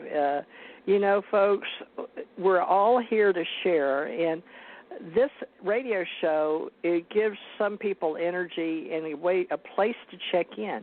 And I'm not sure exactly how this works, but I know that it's important to have a spiritual community, and every one of you is important to hold your own and hold your energy and to be a part of this. And Mary Lou, remember you? She was from New Orleans, and she remembered me being from Monroe, Louisiana. But we had a connection, and Mary Lou, you're a lot younger than I am. I'm 64 now. So do you remember how old I was when you met me? I remember that you were older than me, but it's only 10 years. It's not much. Right. Energy. They say your life number is just a word. But let's ask Teresa? How are you doing? Well, my husband died. You talked to me since then, right? I know that. So you came on this year. Yeah, I'm so sorry for your loss. You were in the middle of those changes, and then he passed away. Right. And so, folks, that's sort of why I haven't been doing readings. I'm just getting back. I went to do the Mid-South Conference. It was on the psychic or the paranormal panel with Bill. We did UFOs and we did dark-eyed children. We had the most popular panels with all these people showing up, several thousand for the weekend at the Hilton.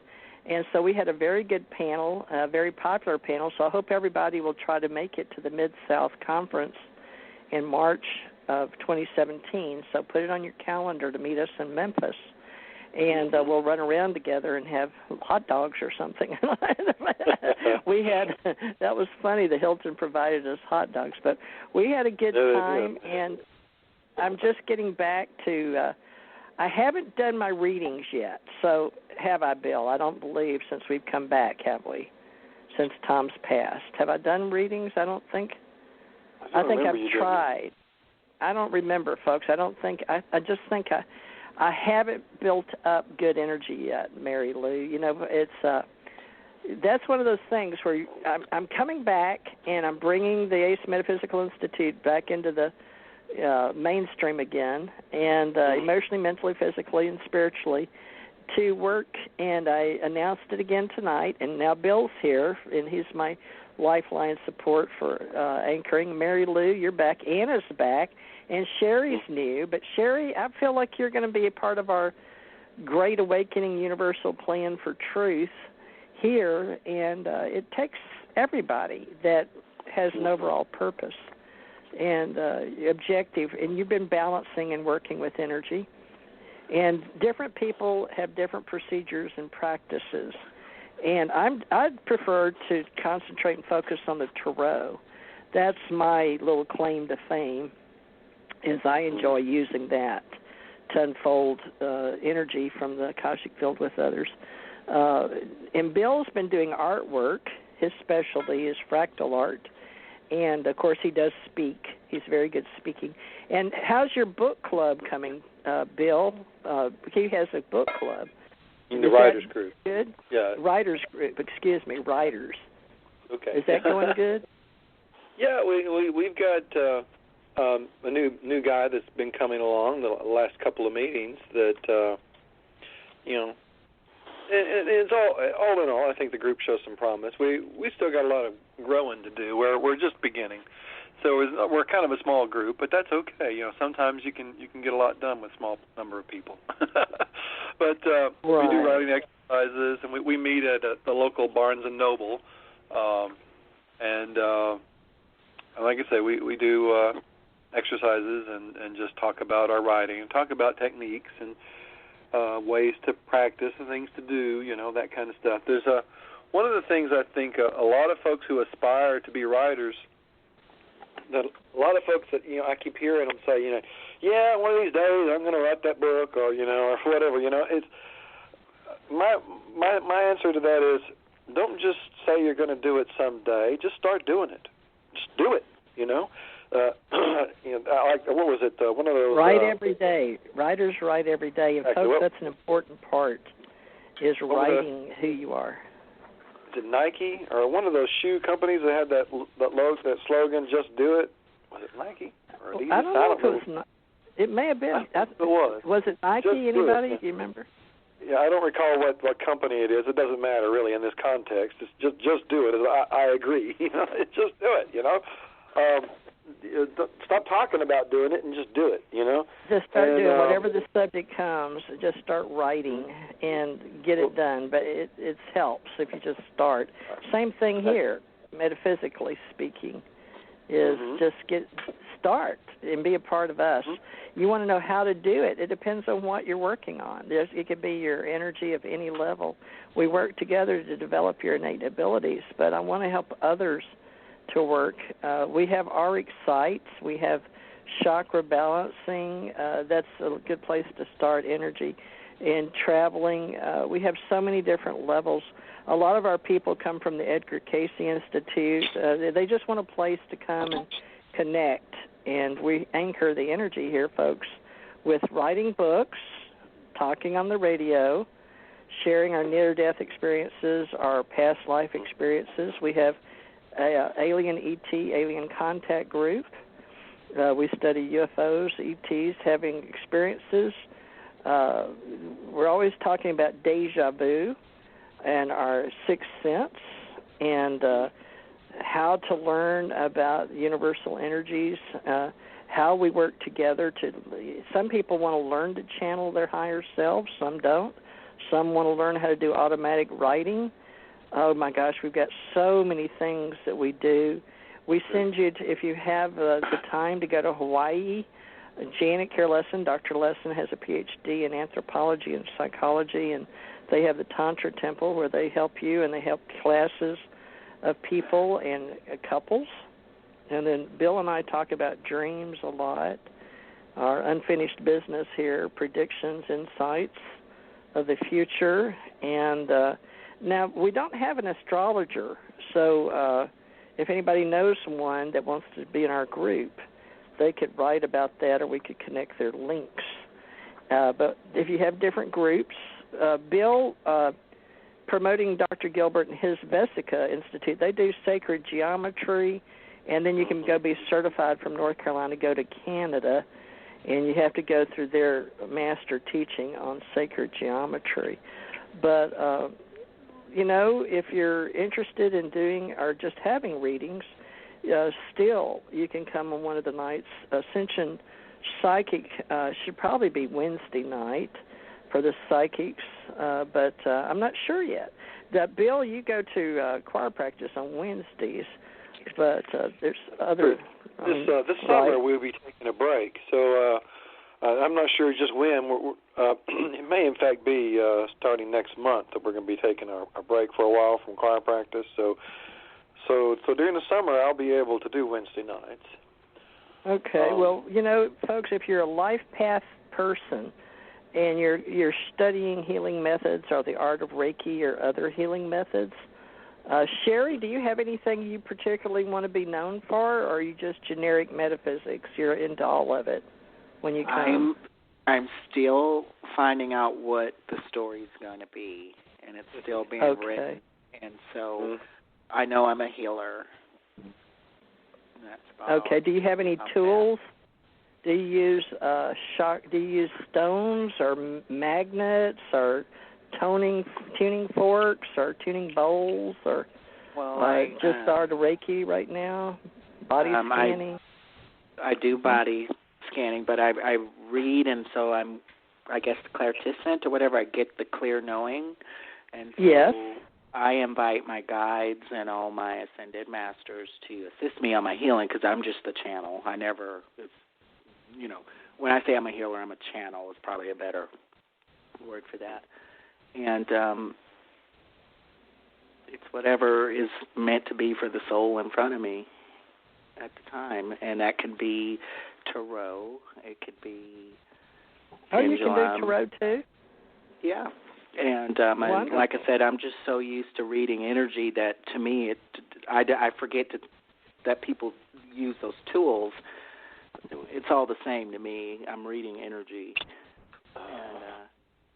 But sometimes it helps to organize the thoughts with the tarot, and I like because whereas I'm feeling with my solar plexus and my gut and my inner knowing, sometimes the tarot can put the story in a little more articulate form so you can quickly convey what you're trying to say there. Well, Dr. Sui, I use the tarot too. Yeah. Like how are you doing? Are you doing good with your own tarot reading? Yeah, I do my own, and sometimes it's tricky, and I have a book that I use, and I like that book a lot. So,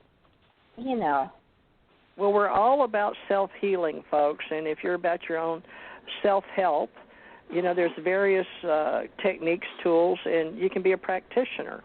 And here at the ACE Metaphysical Institute, we encourage your own education and the research, and your decision is totally on your agreement as to what tools or ways or techniques or practices that you use. And Reiki is an art form from the ancient healing process with Dr. Mikio Usui, who was a Japanese scholar and physician, for those of you, but he stumbled upon a healing text, and he used the healing methods of Jesus, believe it or not, and spent time developing that method of Reiki, using to heal the poor as well as teaching the techniques. But there's healing positions and hands, and we've got them on some of our websites. And we work with a lot of different groups in different states with Reiki. But you can get certificates. The daughter and the granddaughter, I believe, is still alive. But Reiki is very inexpensive, and it's a way to, in different states, to learn alternative modalities. I don't know, but you can get into the third degree. There's various degrees, like black belts of Reiki. So it just depends. We've had Cyril Kyoku of Atlanta, Georgia, who's a member, and he hasn't been on a long time, but he was very much into Reiki and he had just begun his journey in Reiki healing. I started in Hawaii from the original with Japan, and learned all that for years. And then sort of like Sherry, you just start doing reading and working together. So whatever you guys want to know, we can have different groups and different nights to have different studies. And if you're interested, please come, be a role model, be comforted that you're among your peers. And if you'd like to write something up, we would appreciate it. And we'll put it on AERACOP for Education Research Association, or AscensionPsychics.com. And it's ASCENSION, Psychics, PSYCHIC. I call it Ascension Psychics. Psychics, PSY, and then CHICS. I don't know if anybody's ever figured that out, Psychics. But I do allow men in, as you can tell. Bill helps balance me as a male-female energy. We did good, Bill, didn't we, with all these, being around all those people, regardless of thousands of people walking around us, some in costumes, some on television, some with dogs, some with all that carrying their equipment or going in and visiting the different vendors and the different artists. And we did well in this group.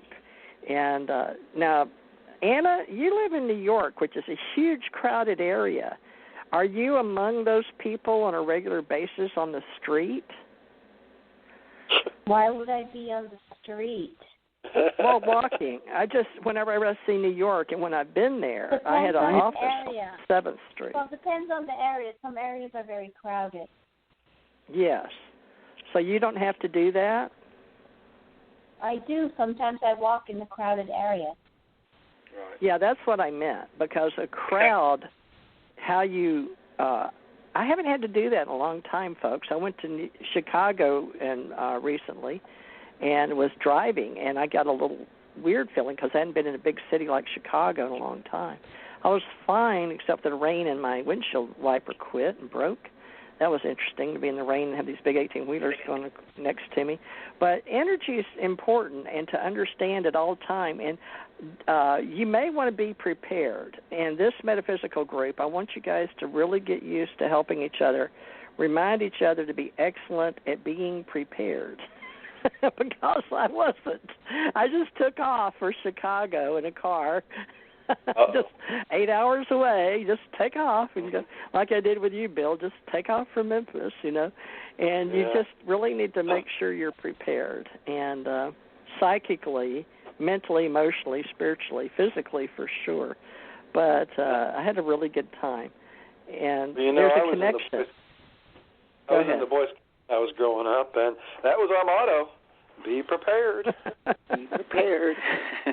Well, especially in your role as a supernatural metaphysician, the more you practice and the more you make a connection with your higher self, the better off you're going to be. So be consciously aware that you are a practitioner, and that the more you are given, the more is expected. So please remember that and believe. Be livid. Be livid and be an example to others as a metaphysician, that you are auditory and specifically sound. Tonight was one of our lessons. You never know what kind of lesson you're going to get by showing up here with us, and what part you're going to play. Now, Sherry, if you could show up with your memory of particular positive feelings, and your Reiki energy would be very good to be an anchor, and instantly experiencing, hopefully, positive connection and communication. Have you ever been an anchor or been a practitioner for a group, a metaphysical group, Sherry? No, I haven't, and this is really interesting sounding. And I'm looking at your website here, trying to get a grasp of how large the group is, and it seems very interesting. It's an interesting group. Well, now we also have GoSoulFirst.us, but we're real scattered, and I've got the Alien Contact Organization and GoSoulFirst.us with Bill's artwork on it. So I've gone from 75 to 100 websites down to only like 10 to 12. And so I'm trying to handle the entire world for the entire ACE Metaphysical Institute, and we're also federally have the name ACE Folklife for those that are archivists and producers of records and videos in the United States of America and the world, but mostly through the Smithsonian. And then we have Ascension Center organization for raising consciousness, and Sundays Ascension Center, and we've just added the word church in 2015, which is for the people, by the people, and the spiritual energy, which I was really non-political and non-religious, but we are a spiritual metaphysical group, and it felt weird that I would even add that word, but it got to be where I had so many people connected to me, and having the laying on of hands in the Golden Pyramid, and I was called by God, your higher power, your source, God, that whoever, each person has their own God, believe it or not, as to how you have the masters. But we say the masters, Buddha, Krishna, Jesus, all those in esoterics, all the masters of walk the earth, but mine was here in America. And I always chose Jesus as my master, but angels, gods, but I was monotheistic, thinking there was only one. But I have universally, we say live and let live. So we're open-minded. You can use any that you want to, folks. You can follow any role, whatever works for you. I don't know how to say it. Bill, you want to address that universally? How do we say that? Sorry, what? Sorry about that. Using your God source and your higher source. universally speaking, with our group, it's whatever works, but we have a universally speaking. How do you say we're non-denominational, but we're really metaphysicians that universally we're all self-improving, but we're self-help, we're independents, we're contractors, consultants, agents, organizers. It's like being volunteers, folks, and we just all come together, like a convention. If you're a speaker, you get chosen to speak, or you may be author, you may go in the vending room, you may go in the artist.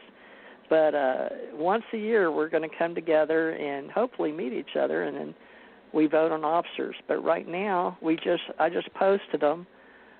So we have articles and bylaws. Let me go. Let's see. It just depends on what you're looking for. But go ahead, Bill, for the universally speaking for everybody. Well, yeah, universal is a good word in this context. That's what we are, really. We're universalist in that sense that we draw from the entire universe, not just from one school of thought or not just one religion, but we draw from all of them. We look at all of them because, it's my sincere belief that, there is no single people who you could call the chosen people, any more than that we are all chosen. So in that sense, I believe we're all chosen, and therefore God, it's capable or possible for God to communicate to each and every one of us in your own personal way. And so bearing that concept in mind, I believe that that inspiration is available to anyone and everyone. It's just a matter of whether or not you take the time to listen. There's a scripture that talks about that, that idea of being still and listening for what that still small voice. Unlike Walter, you're not loud. It's not loud at all. That still small voice is you can so easily not hear it if you're not listening. If you're too much into your own noise you're making, you're never going to hear it. So you got to stop and be still and quiet. Just listen. And then that still small voice will begin to reach into your heart and begin to touch you. And and it doesn't matter what religious background you come from, because that we're all children of God. And so that same God is going to touch each and every one of our hearts if we just take that time to stop, be still, and listen. Not long ago, I actually wrote a poem about that, and I was, actually, I guess I should say it was actually several years ago when I originally wrote it, but I was just kind of playing around the other night, digging through my computer, looking. I knew I had written a lot of material before that I could kind of work from and kind of add to the writing that I'm doing recently. As TJ mentioned earlier, I've been working on this book, The Open Walk. Well, now while we're in the editing process with The Open Walk, and that can sometimes take a long time, the editing process. I had this thing ready in April, actually in March, come to think of it, well, near the end of March. But so far as getting the edit finished, that's taking a while. So but hopefully it won't be much longer. So in the meantime, while I've been waiting on being able to get this book out, I've been working on additional material to go along with it. At first I thought it would be like a workbook that would maybe go along with this book, but now it's just grown to the point where I think it's going to be a series of workbooks. So not just one.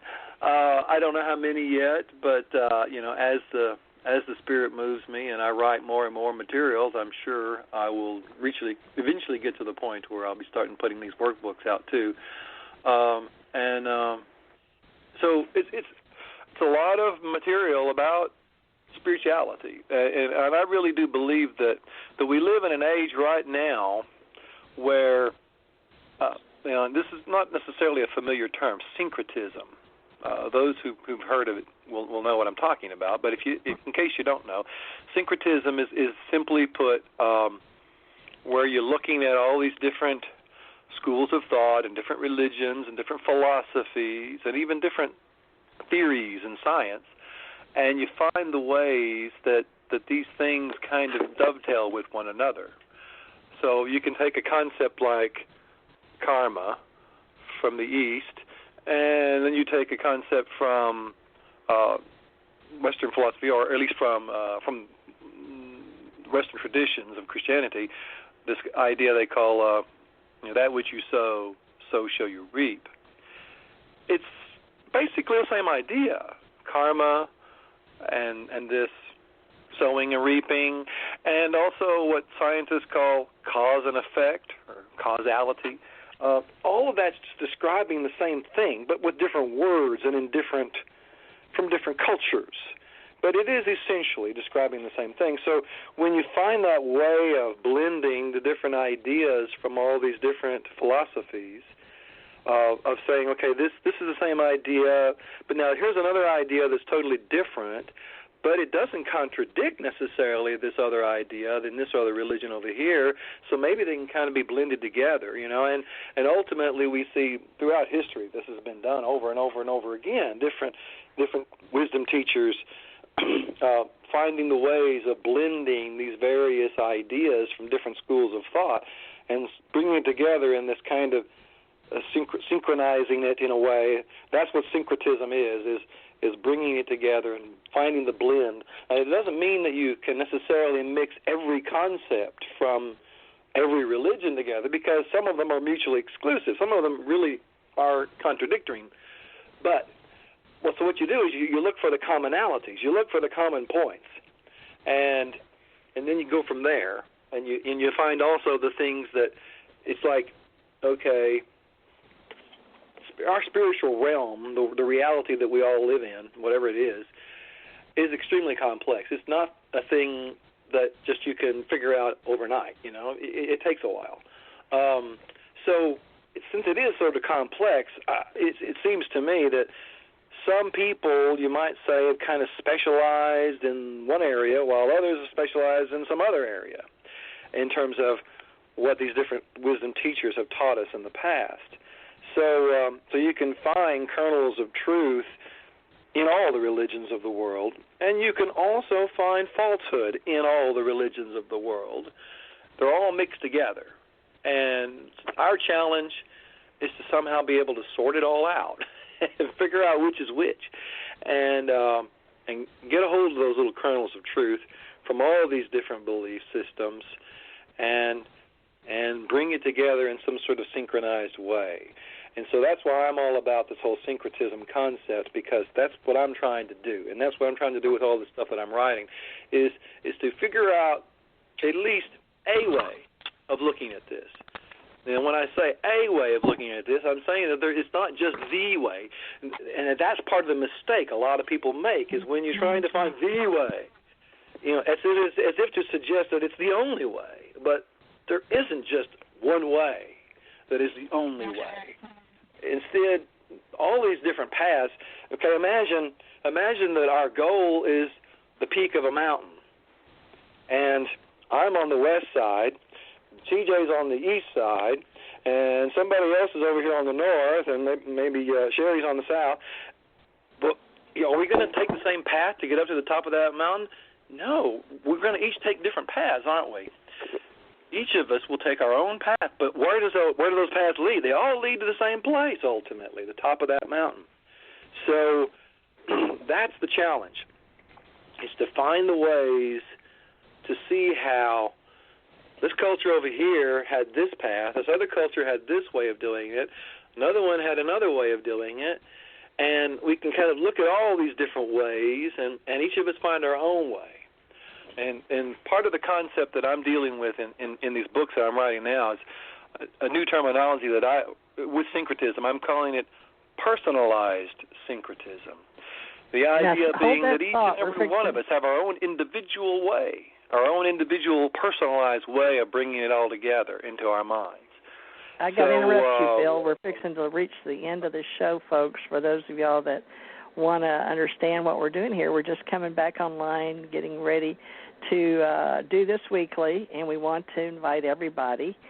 And we've only got 60 seconds, but sometimes we go over when we're talking, just so you know. And then it's recorded here if you want to come back. But we'll be helping you weekly. We want you to come and be a part. Feel like you're going to learn something every week. And I'll go through some classes that normally they're about $1,000 to $2,000 with most of the companies. And we're trying to bring them down where they're a lot cheaper for you. And I just sort of cover some of the basics. But not here. They're not that much here, by the way. But we're going to be giving some that's very, very, very inexpensive for you. But, it's not the goal. It's just here. So if you'd like to be a practitioner, let us know. We have Ascension Psychics Magazine. It's the Paranormal Gateway Connection. And love and light, everybody. And if you'd like to join me, just look for me here. This channel, Cosmos Radio Org, TJ Mars, ET Radio. And we may stay over for just a few moments or a little bit on our recording, so love and light. And join us weekly here on Thursday nights, popular show.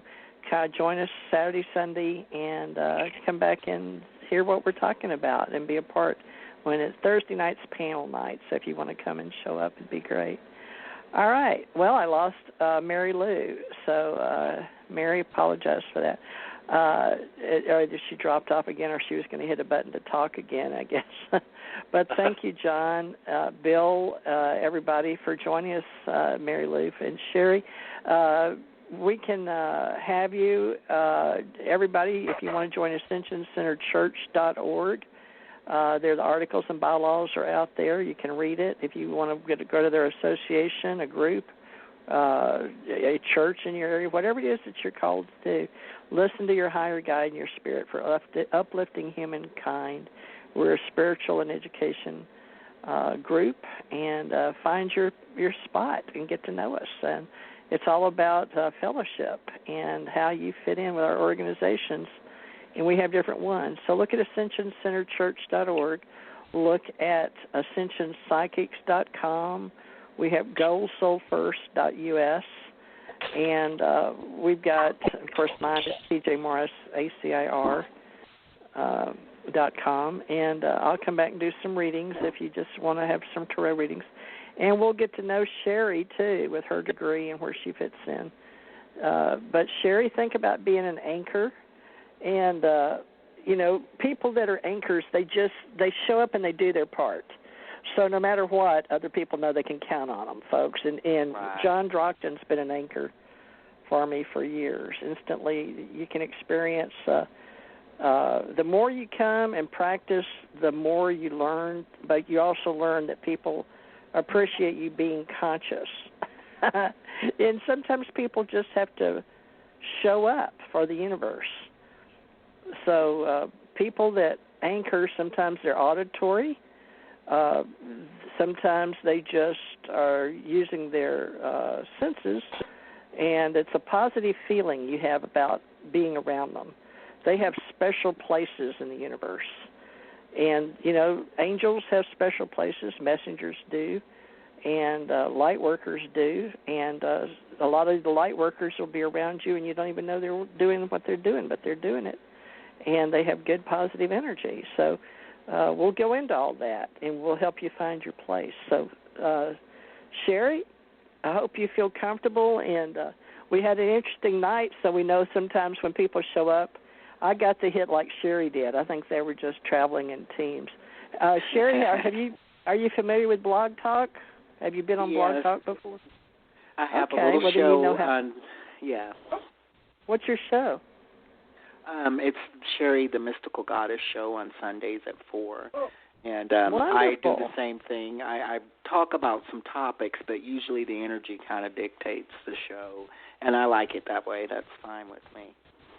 Good. Well, no, great that you got a Blog Talk. Yeah, we've got several people that have different shows, and we network here. We're a big social metaphysical network, And so Sundays at 4 o'clock, and you can always come and mention that. Central, yeah. And I'm looking at your site, and I'm going to do some navigating because you've got a lot of sites here and a lot of information. So far, it looks, looks like what I think it would look like for metaphysics, but I've got to explore and kind of see where everything is. But you've got a lot of places for a lot of people. I can see that.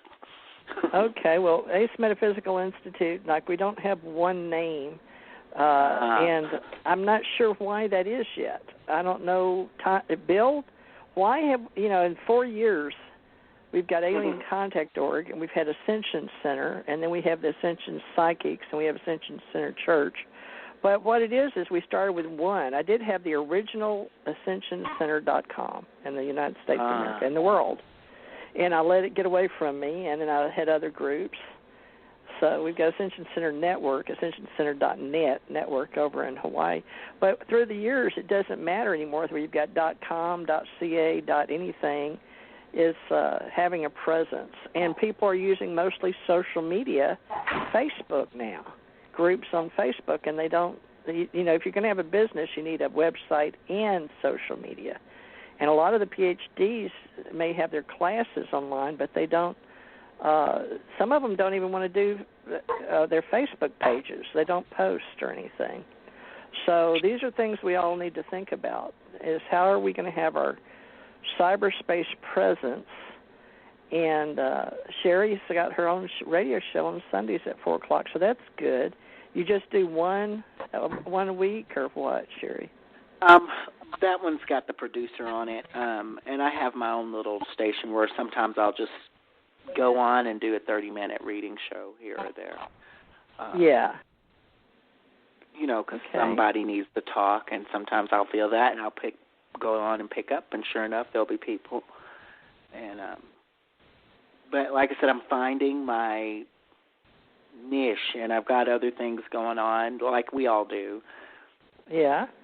It all fits in together on your path, and so I'm trying to, figure out what is this path going to look like for me. And like I said, I know about the healing and the readings and the metaphysics. Right. They're already well equipped to bring tools to the table, so thank you for that. Right. Well, if you want to join with us, we've got our articles and bylaws up, and I tell people it doesn't matter what state you're in, just, let me know who you are and what you're doing, and we'll be more than happy to link you in and put your link up for what you're about and what you're doing. Everybody out there, let us know. And we'll be here, and we have articles and bylaws that we follow to be proper, and you can reach them on just about every one of my websites that I have. But you can look at AscensionPsychics.com, AscensionCenterChurch.org are the two more spiritual groups, and GoSoulFirst.us.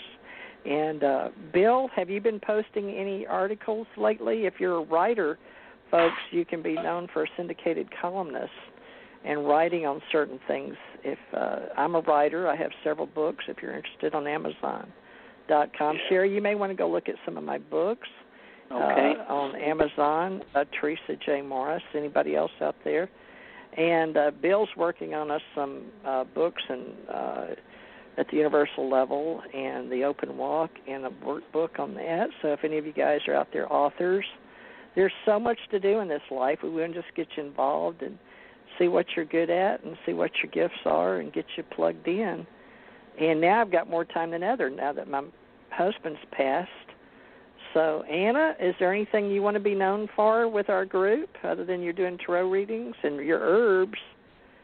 Have you written a book yet on herbs?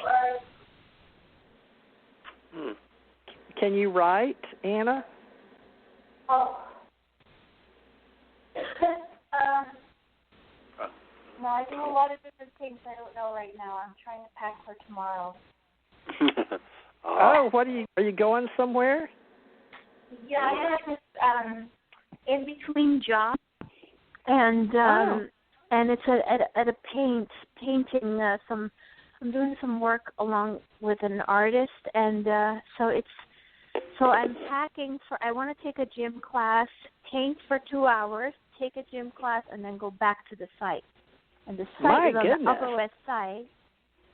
Upper East Side, and my gym is on the lower, like, West Side, so it's kind of like. Oh, wow. But I'm going to try to do it. Yeah. Yeah, Whoa! Did you hear that? Tomorrow. Wow, that's awesome. So, talk about energy mover, Anna. My goodness. So painting gym. No. Painting gym, and then painting, and then home. Oh, okay, painting gym, painting home. Still, what a busy day you have. That's quite an interesting. I don't know. 24 hours. Well, congratulations. You know. Do you think I should go to the painting again after I finish my gym, or just go home? Depends on your energy. If it's high, if it's high, if you haven't finished, you know, it's exactly. It's however your energy, because you're the only one in that body. It sounds like something I would do, but I would plan it. But if I didn't feel like it, I wouldn't do it. That's a balanced life. Yes. You do whatever your energy that's how dictates. I feel. Yes, thank you. So, you bet. That's good. Yeah. Good I like energy. That. Yes. Yes. Go with the balance of what, you know, if you feel like it, do it. Exactly. If it feels good, do it. If it doesn't, if it feels like out of balance, I got to get out of there. That's right. That's right. Yes. Too much. You can have high standards. You've got a good energy, but you're setting high standards for tomorrow. I wish I had your energy. I am setting high standards for myself. I was home for almost a whole week because my left foot got injured, very very mildly, nothing serious. But I'm just itching to go to work. I'm just dying to do something and not to be home.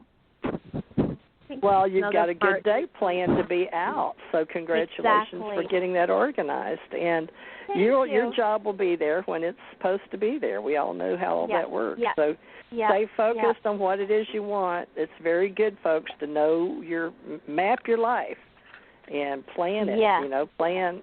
Well, they say failing to plan is planning to fail. So plan your future. And we're all practitioners. Out there. Yeah, put some intention out there and do a lot of imagery. That's right. We're all astral entities, but while we're here in the physical flesh, you're directing that body. You are just like the driver in the car. You're the spirit in the atoms and the neurons and all of that. So do your best to go with the flow. But be in charge as much as you can be, but stay balanced. It's a delicate balance. Stay balanced. Too much is too much. Yeah, we gotta watch ourselves sometimes, you know. So I'm gonna take it easy, but I'm also gonna try to get some things done. You know what I mean, so that I have some money and can do things with my money again. Mm-hmm.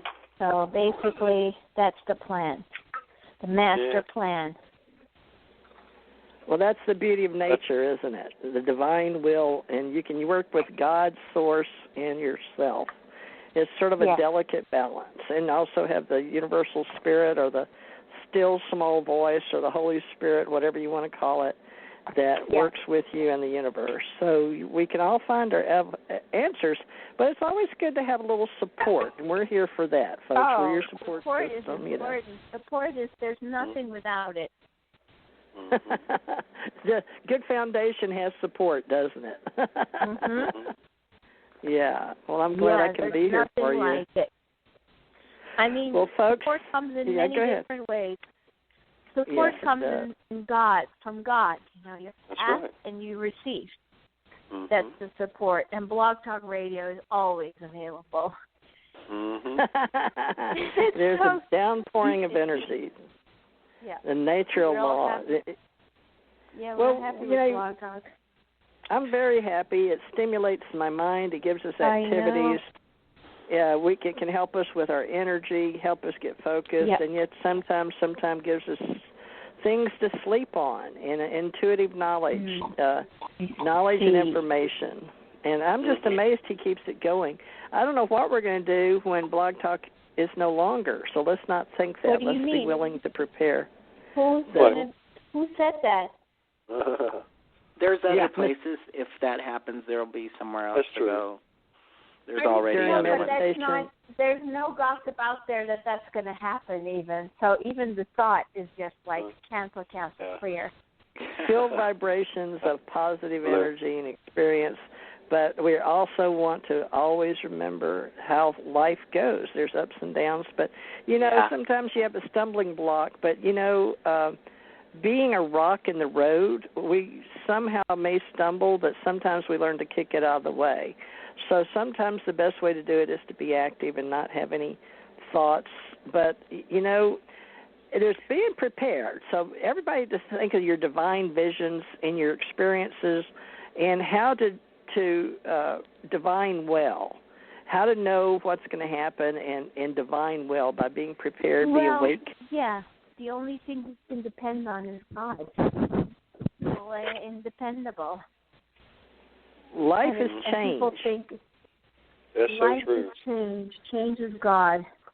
And God is unchanged. Changed and unchanged is the visible energy. It's order and chaos visible and invisible reality are all. Yeah. The visible Impose and and invisible superimpose. reality are visible through my eyes. Oh well. It's self-help, physical self-help, mentally, but folks, mentally, spiritually, emotionally, physically, the wisdom, and we're still carnal, and sometimes we have these stumbling blocks, but spiritually, we're going to get through it. So the soul's here, the spirit's here, and we're here to project the world and the matter that we're making, and we're here to embody and personify the divine will, and hopefully through us, it gets better. Yes, it gets really better. Yeah. Now, what we take with us here, we better. take with us. Yes. Amen, sister. Amen, sister. Hallelujah. Well, that's great. Nervous.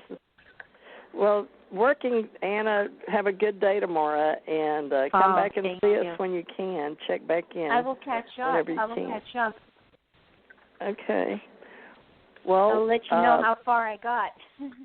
Yeah, really, that'd be nice. How far did God folks, take me? You just have to look and see when we build these shows. I usually do one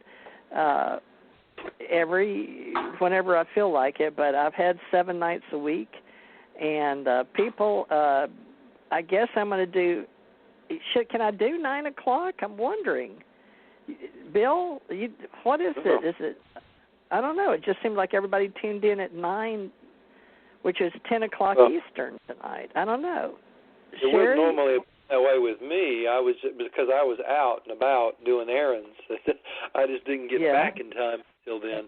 But normally that wouldn't be the case for me. I don't know but what time I we wanted should. to wish you luck on that, or wish you well on that art project tomorrow. I hope that all goes well.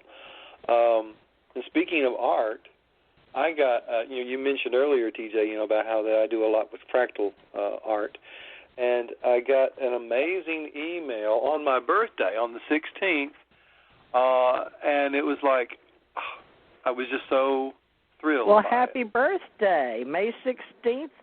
That's right. I got deathly sick that day, but I'm glad that you had a birthday. So what happened to you on the 16th? I was going to teach, but I couldn't. I got sick. What happened to you?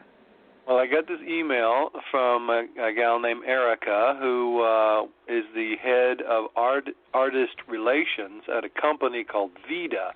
It's spelled V-I-D-A. It's out of San Francisco, California. And let me just read some of what she said here, and you'll see why I found it so thrilling. Well, before you start, I just want to say goodnight to everyone. I really appreciate it. Yeah. Okay. Okay. Well, Sherry, I hope you check back in. And, I will, Teresa. Thank you for having me. Yeah, and just come back anytime, check in, and look me up for my phone number, Sherry, if you want to call in afternoon. I think I do want to chat with you because I want to talk about some of your books, but like I said, we'll save that for another topic, okay? Sure, you bet. Okay, and come my on friend. Sunday, too, okay? If you can, Sunday, Bill and I will be here. Yeah, we'll sure. be. Nice. Okay, Bill. I'll listen in the archives about what you're saying about Vita. I want to hear it, but I've got to take a run real quick. So. I understand. Okay. All right. Okay. Good night. Right. Bye, Mary Lou. Bye-bye. Bye. We'll see you later. Talk to you later. Bye. So anyway, this is what Erica Vita. says. She says, from Vita. She says, I am writing today regarding your artwork and the hope that you will consider collaborating with us. I am writing from Vita, a Google Ventures-backed company that brings artists and makers together from around the world to create original, inspiring apparel in a socially conscious way. We are looking for artists with amazing technical skill and truly original work. We came across your artwork, and we'd love to work with you to translate your art into fashion. By way of introduction, my name is Erica, and I manage artist relations here at Vita. It's spelled V-I-D-A, so I keep wanting to pronounce it Vita, but it's pronounced Vita. Anyway, we specialize in converting 2D art into beautiful quality apparel and accessories. Also, each of our artists receives a portion of net revenues shared back for each of their designs sold. As part of our artist recruitment team, I would be thrilled if you would join us at Vita as a Vita artist by submitting your artwork, and they give me a place to do that. And in the meantime, if you have any questions and so forth. Anyway, that's the gist of it. And then she says, we would be deeply honored to have the opportunity to work with you. And I was just like, I was deeply honored by We like were getting talking this about doing yours on fabric. Do you remember us talking about you doing your own on fabric? And that's what they do. I really have long thought that my art would look great on fabric, and would merely make nice clothing as well, and made from that fabric. And that's what they do. It's not just where they just stick the picture on the front of a T-shirt. No, they apply the art to the entire piece of fabric and then make the garment from that. So, and you get paid 10% of your net sales. That's right, 10% of the net sales of any of the garments that they sell that has my art applied to it. That's awesome. And it's not just clothes, but scarves and other things. Even the men's hankies, like they stick in their jacket pocket. They I wonder call if it. Anna could do Vita too, VIDA. Well, it's any kind of artist. I don't know if they do it invitation only like this. They sent me this invitation, and I went and checked out the other artists there.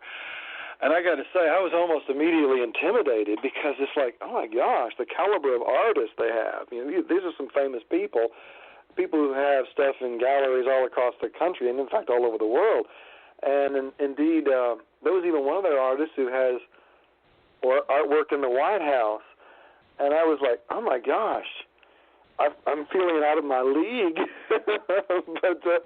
but at the same time, it's just an incredible honor for them to invite me and to this. Of course. I think it's a wonderful opportunity. I hope you do it. I think I think it's a good fit for you.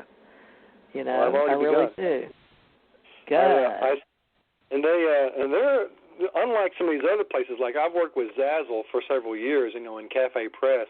Unlike those kind of situations, here it's like you submit the art and then they have to go through an approval process. And then if it's approved, then it starts being used, And I submitted 12 pieces earlier this morning, and they accepted all 12 of them. So, hey, I think it's a good fit. Wow, excellent fit if they took all 10. All 12, my goodness. It was nice. I was surprised, delightfully surprised, I should say. But yeah, I think it is. It's going to be a great opportunity, and I'm very pleased to get it. What's funny about this is that the night before I actually read the email, I attended this class. There's a local organization here in Memphis. It's called Crosstown Arts. And together with Urban Arts and the Memphis Art League, there's like 3 different organizations that are working together to put on these classes that they're calling the hustle classes. And for basically the idea is for artists to get out there and hustle, to sell their work. It's all about helping artists with that whole marketing process. And so I took this class, and one of the speakers, he was talking about how that he got this great commission, and he was talking about these different things, the different ways, and they were talking about the importance of having a website, and it was just like, it amazed me, I've had a web presence for quite some time out there with my art, and just haven't had that many opportunities come from it. But this guy was talking about how he's constantly getting calls from people, because of his contact information at his website. But then again, he had the advantage of, he got like an interview with Huffington Post about his art, and so that kind of gave him some instant national notoriety. And so he gets calls all the time from people wanting to commission him for stuff. And he says, he was talking about this, having a bunch of his art in this lobby of this hotel, and he was showing slides of it. And I've often thought that, too, hotels, a lot of hotels across this country, they seem to really use a lot of contemporary art, abstracts and things like that, as far as the art that they use in the lobbies and even in the rooms. And I've long thought, too, that would be great. If I could just get that kind of deal, that would be a lot of prints. Because we're going to put those in hotels, maybe even across the country.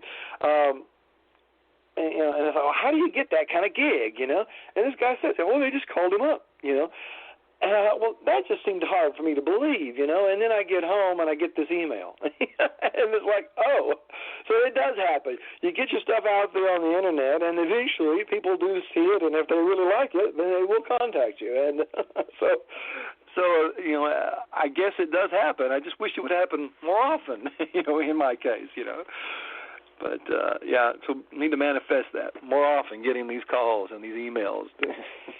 But time will tell. Well, hopefully it works for you. I'm happy for you. And it gives people an idea of what's going on out there.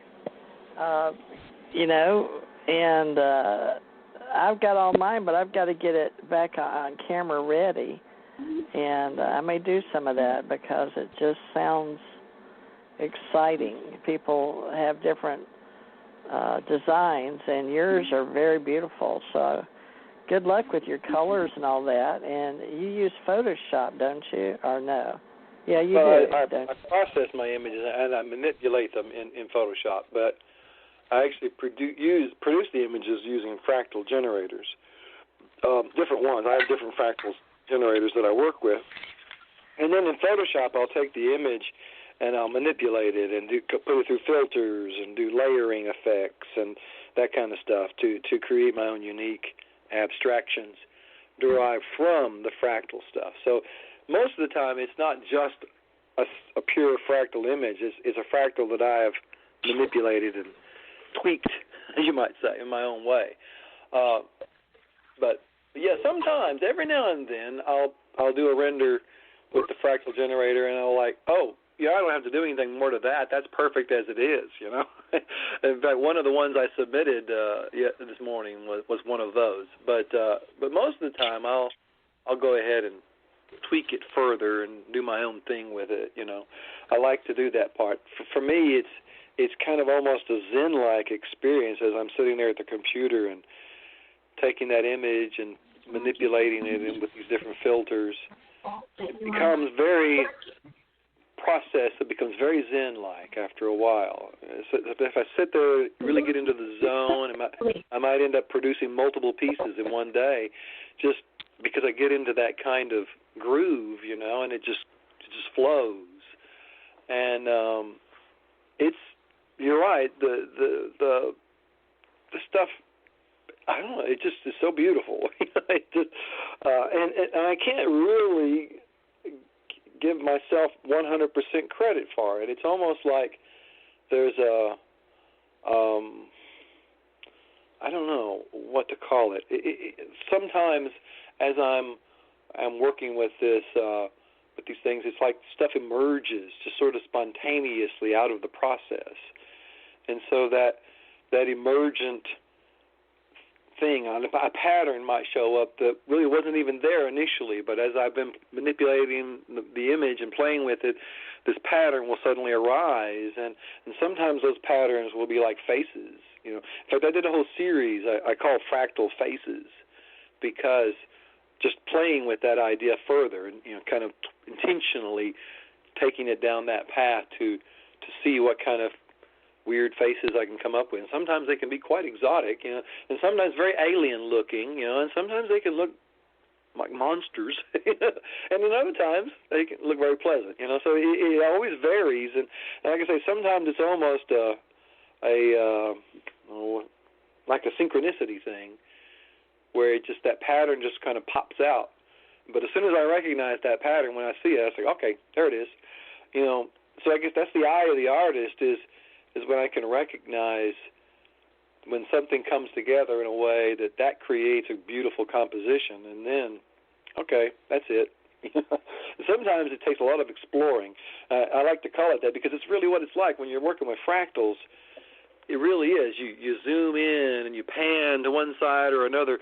It creates this kind of virtual environment in the computer, and as you explore it, you find all kinds of neat stuff, and so that's what it's like. I jokingly referred to it as I mount expeditions into fractal domains, and then from that I derive my art. So that's kind of what it's like. Well, it's good if you could teach people too, but I don't know how you teach how to do fractal art, but definitely there's a need for that. But you're working on what you're going to be teaching, and hopefully, if we can get our 90-minute presentations down, we're going to work with Neil Gower and the Ascension group for that, and teach online classes. So be thinking about what it is you want to teach, folks, and let us know. We're going to be putting it up for those that are well known for whatever it is that's your niche. So develop a niche. And Bill, what is your niche going to be? It's always been fractal art, but your books are, but what I mean is a PowerPoint presentation and how to teach it. And I think that could be something you could work on. There is indeed a metaphysical aspect to fractals. Benoit Mandelbrot, he was the mathematician who discovered fractal geometry. I emphasize the word discovered. He did not create fractal geometry. He discovered it. It already existed long before. We just didn't know about it. That's the way it is with most scientists and mathematicians. We discover things. But God's the one who created fractal geometry, and in fact, fractal geometry exists in what I call a foundational way throughout the entire universe. The patterns of the meanderings of rivers, the contours of mountains, the growth patterns of tree branches, and even the roots underground too. All of them conform to fractal geometry. All of them are defined by that, in fact. So God's the greatest mathematician there is because He's the one who designed all that, All we've done is just come along and discover it. We discover these things about reality, and then we can begin to play with it and do stuff with it. And in the case of fractals, you can just produce some just beautiful art from it. It's just amazing the kind of art that you can create with it. But all these patterns are all natural patterns. You see a lot of spirals in fractal art, and that's, again, look at nature. Look at the galaxy itself. Look at the way the water runs down the drain. Look at the conch shell. Time and time again, we see these spiral patterns everywhere in the universe expressing themselves. It is fractal geometry expressing itself through the creative force. So the source, or God, whatever you want to call him, he's the greatest fractal mathematician there is. And the rest of us are just playing with it, We're just kind of tinkering, God knows how to do it with the fractals. And I also believe that even on a microscopic level, all the way down to what we would call that quantum level, There's fractal stuff going on all the time. I mean, look at what's going on with at CERN with the big colliders there.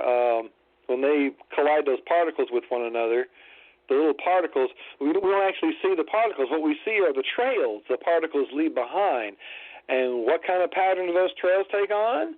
They take on spiral patterns often, and clearly fractal stuff is going on even in the trajectories these patterns take after they've collided with one another, you know. And so it's all the way down to that smallest level that God's working with fractals. I really feel like that even in a very real way, creation itself is being carried out through fractal patterns. And so, yeah, it's very metaphysical. In fact, I've written a lot about that in my chapters, or in my stuff where I've talked about the cosmic collective consciousness. Because I believe that part of what God's doing as the universe, well, look at what they say about the Big Bang, for instance. The universe was very, very simple in the beginning. It was all just energy. I mean, literally, it was all energy. There were no particles. There were nothing material at all at first. But as that energy began to cool, then things started becoming a little bit more complex. Suddenly we started getting particles. And then eventually some of those particles started coming together and we started getting atoms, you know. We started getting things increasingly complex, you know, and then eventually, too, you know, stars were formed and so forth. So the evolution of the universe itself is from something very, very simple at the beginning into something increasingly complex. So the universe is complexifying. Well, what is the process by which that complexification occurs? My belief is that that occurs on a microscopic level and using fractal geometry. And Stephen Hawking talked about this phenomenon of we observe that particles seem to kind of pop in and out all the time from everywhere. And he also made the observation that there's little tiny microscopic black holes popping in and out all the time, everywhere, throughout the universe. So I figure those two things kind of probably go hand in hand. A little black hole, not black hole, but a little wormhole appears right next to a particle. It may send that particle off somewhere else, and then it disappears and goes somewhere else itself. And so this is happening all the time. It's like this constant rearrangement of the very particulate aspects of the universe. It's going on constantly. We don't see it. It's just constantly happening everywhere all the time. So what is that? To me, that is the mind of God in action. And God is rearranging the universe. He's taking this particle from here and putting it over there. He take that particle from this other place and put it in this other place. He's constantly rearranging things, constantly complexifying the universe through this process. That's the way the universe evolves on the most microscopic level and becomes much more complex. That's the way new sentient forms like ourselves arise as part of the universe. Here we are now. We're made up of the very stuff of the universe, and we're conscious and aware, and now we can observe the very universe that we have emerged from. And so it's the universe trying to actually cause that to happen, to create beings that can make observations and even do other things. I feel like we are co-creators with God. The interesting thing about fractal geometry is that it has its limitations. It can do amazing things in terms of creating amazing shapes and forms, but there are some shapes and forms it cannot create. And I think that's what we're for. We come along, we're the kinds of beings who we use other kinds of geometry to create your perfect cube or to create, rectangles, parallelograms, various exacting geometric shapes as opposed to the more fractured. That's the reason for the name fractal, is that these geometric shapes are very fractured and very irregular. So God creates the irregular stuff, and we create the regular. So together we create all of it. Collectively we're co-creators making all kinds of stuff. And what's the purpose of that? On the long term, I can't say I know yet at this point. Like I believe it was Sherry was saying, we're all still a work in progress. We're learning what our place is as we go. So I think that's still part of what I'm figuring out. I may not be the one to figure it out. That might be somebody else's job. But at least along the way, I'll figure out a few things, and I'll share them with the world as best I can. And I don't have that feeling like, well, I'm here to save the world. No, that's not my purpose. My purpose is I'm here to contribute as best I can. And if I leave this world with a little bit better than it was than when I came here, then I've accomplished all I need to accomplish. I don't have to save the world. I don't have to make everything wonderful. But if I can do at least a little something to make things a little bit better, to make things a little clearer, to help bring understanding to a few things, then that's all I really need to worry myself about, is doing that and enjoying life. I think that's what we're all here for, is to enjoy ourselves, and along the way, see if we can contribute at least a little something. That's what it's about. Well, we'll keep doing classes, and I just need to know what it is everybody wants to do. And right now we're moral support, we're self-help support, and we're going to show up and be here, and appreciate everybody doing their part. And Bill, I appreciate you tuning in, and Sherry and Mary Lou and Anna, as she says. And thank you, everybody. And I think that's going to do it for tonight. And I also sing and write songs. But we'll close out with, I guess, I don't know. What do you want to hear, Bill? You got a friend or Top of the World? Or, I don't know. We started with Sweet Dreams tonight. What do you feel like? That's a favorite of yours. When you do What's that, that? one, you got a friend. Okay. All right. Well, I guess we'll keep the quest. What do you say, Bill? What's your sign-off? It's May the quest continue. The quest continues. Yes, I almost forgot for a moment there. Yes, the quest continues. That's my buzzword. All right. See you tomorrow night, folks. If you've got time, show up, and we'll see what synchronicity holds for us. Bill, if you can, come tomorrow night, okay? We'll start again. I may not be able to. My friend David was planning to take me out to dinner, a belated birthday dinner, and he said he thought tomorrow night might be the time to do that. So perfect. If that doesn't happen, I'll be glad to show up. If that doesn't work out, but if it does happen, then I'll probably be having dinner out with David somewhere. Wonderful. Make sure he knows I said hello. Send my love, okay? Do that. All right. Hey, by the way, I don't know that I told you, but David was very impressed with you. He really he said afterwards, he said, I really like her. So. Well, I really liked him too. He's a a wonderful spirit. He's a good man. Yeah. Well, thank you for that encouraging words, and I can't wait to see you again next year. So March will come around soon enough, won't it? Yeah, it's amazing how quickly it does come around. Yeah, and you've got beautiful artwork, and congratulations on Vita and your 10 pieces. So good luck, and keep looking out there, everybody. Keep growing, and support each other, and we will be back tomorrow night. So love and light. Good night. Good night, Bill. Good night, John. Night. Boy, wherever you are.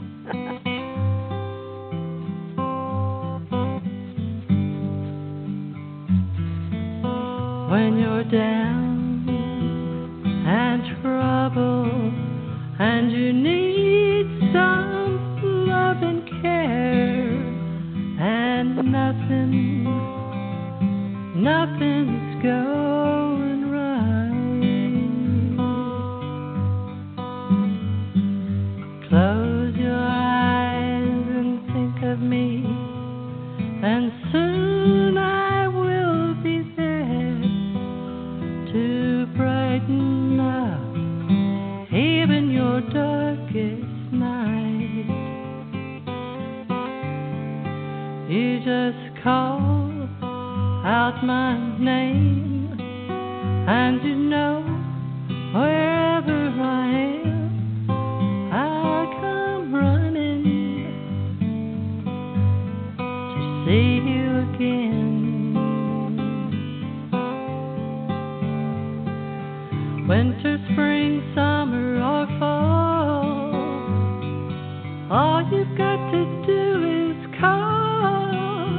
and I'll be there, yes I will. You got a friend.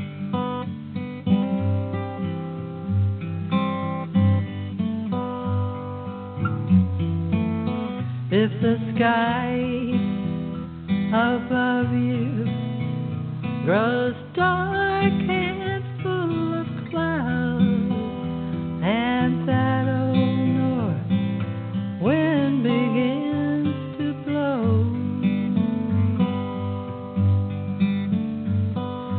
keep your head together and call my name out loud. Soon you'll hear me knocking at your door. You just call out my name, and you know wherever I am, I'll come running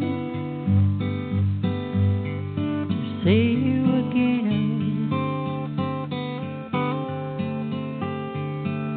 Winter, spring, summer, or fall, all you've got to do is call, and I'll be there, yes I will.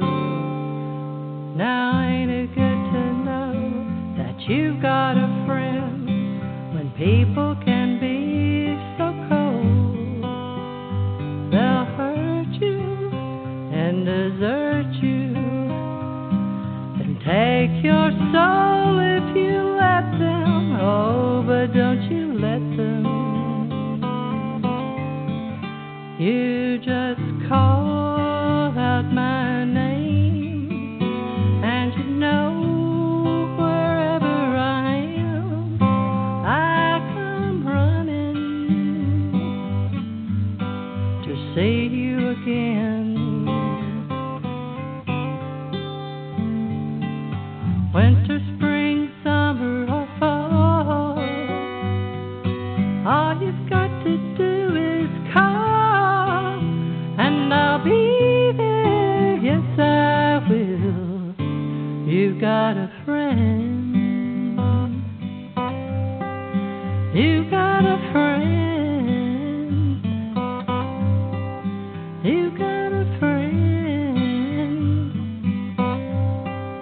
You've got a friend.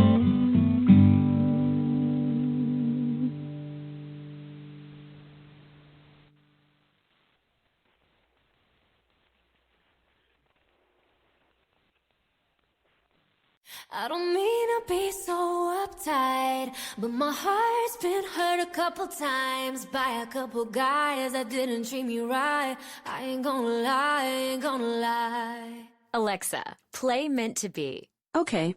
If it's meant to be, it'll be, it'll be. Baby, just let it be. If it's meant to be, it'll be. With Amazon Music, a voice is all you need. Get access to over 50 million songs. Download the Amazon Music app today. With somebody, yeah, I wanna dance with somebody who loves me. Ooh, ooh. Alexa, play Whitney Houston. Okay.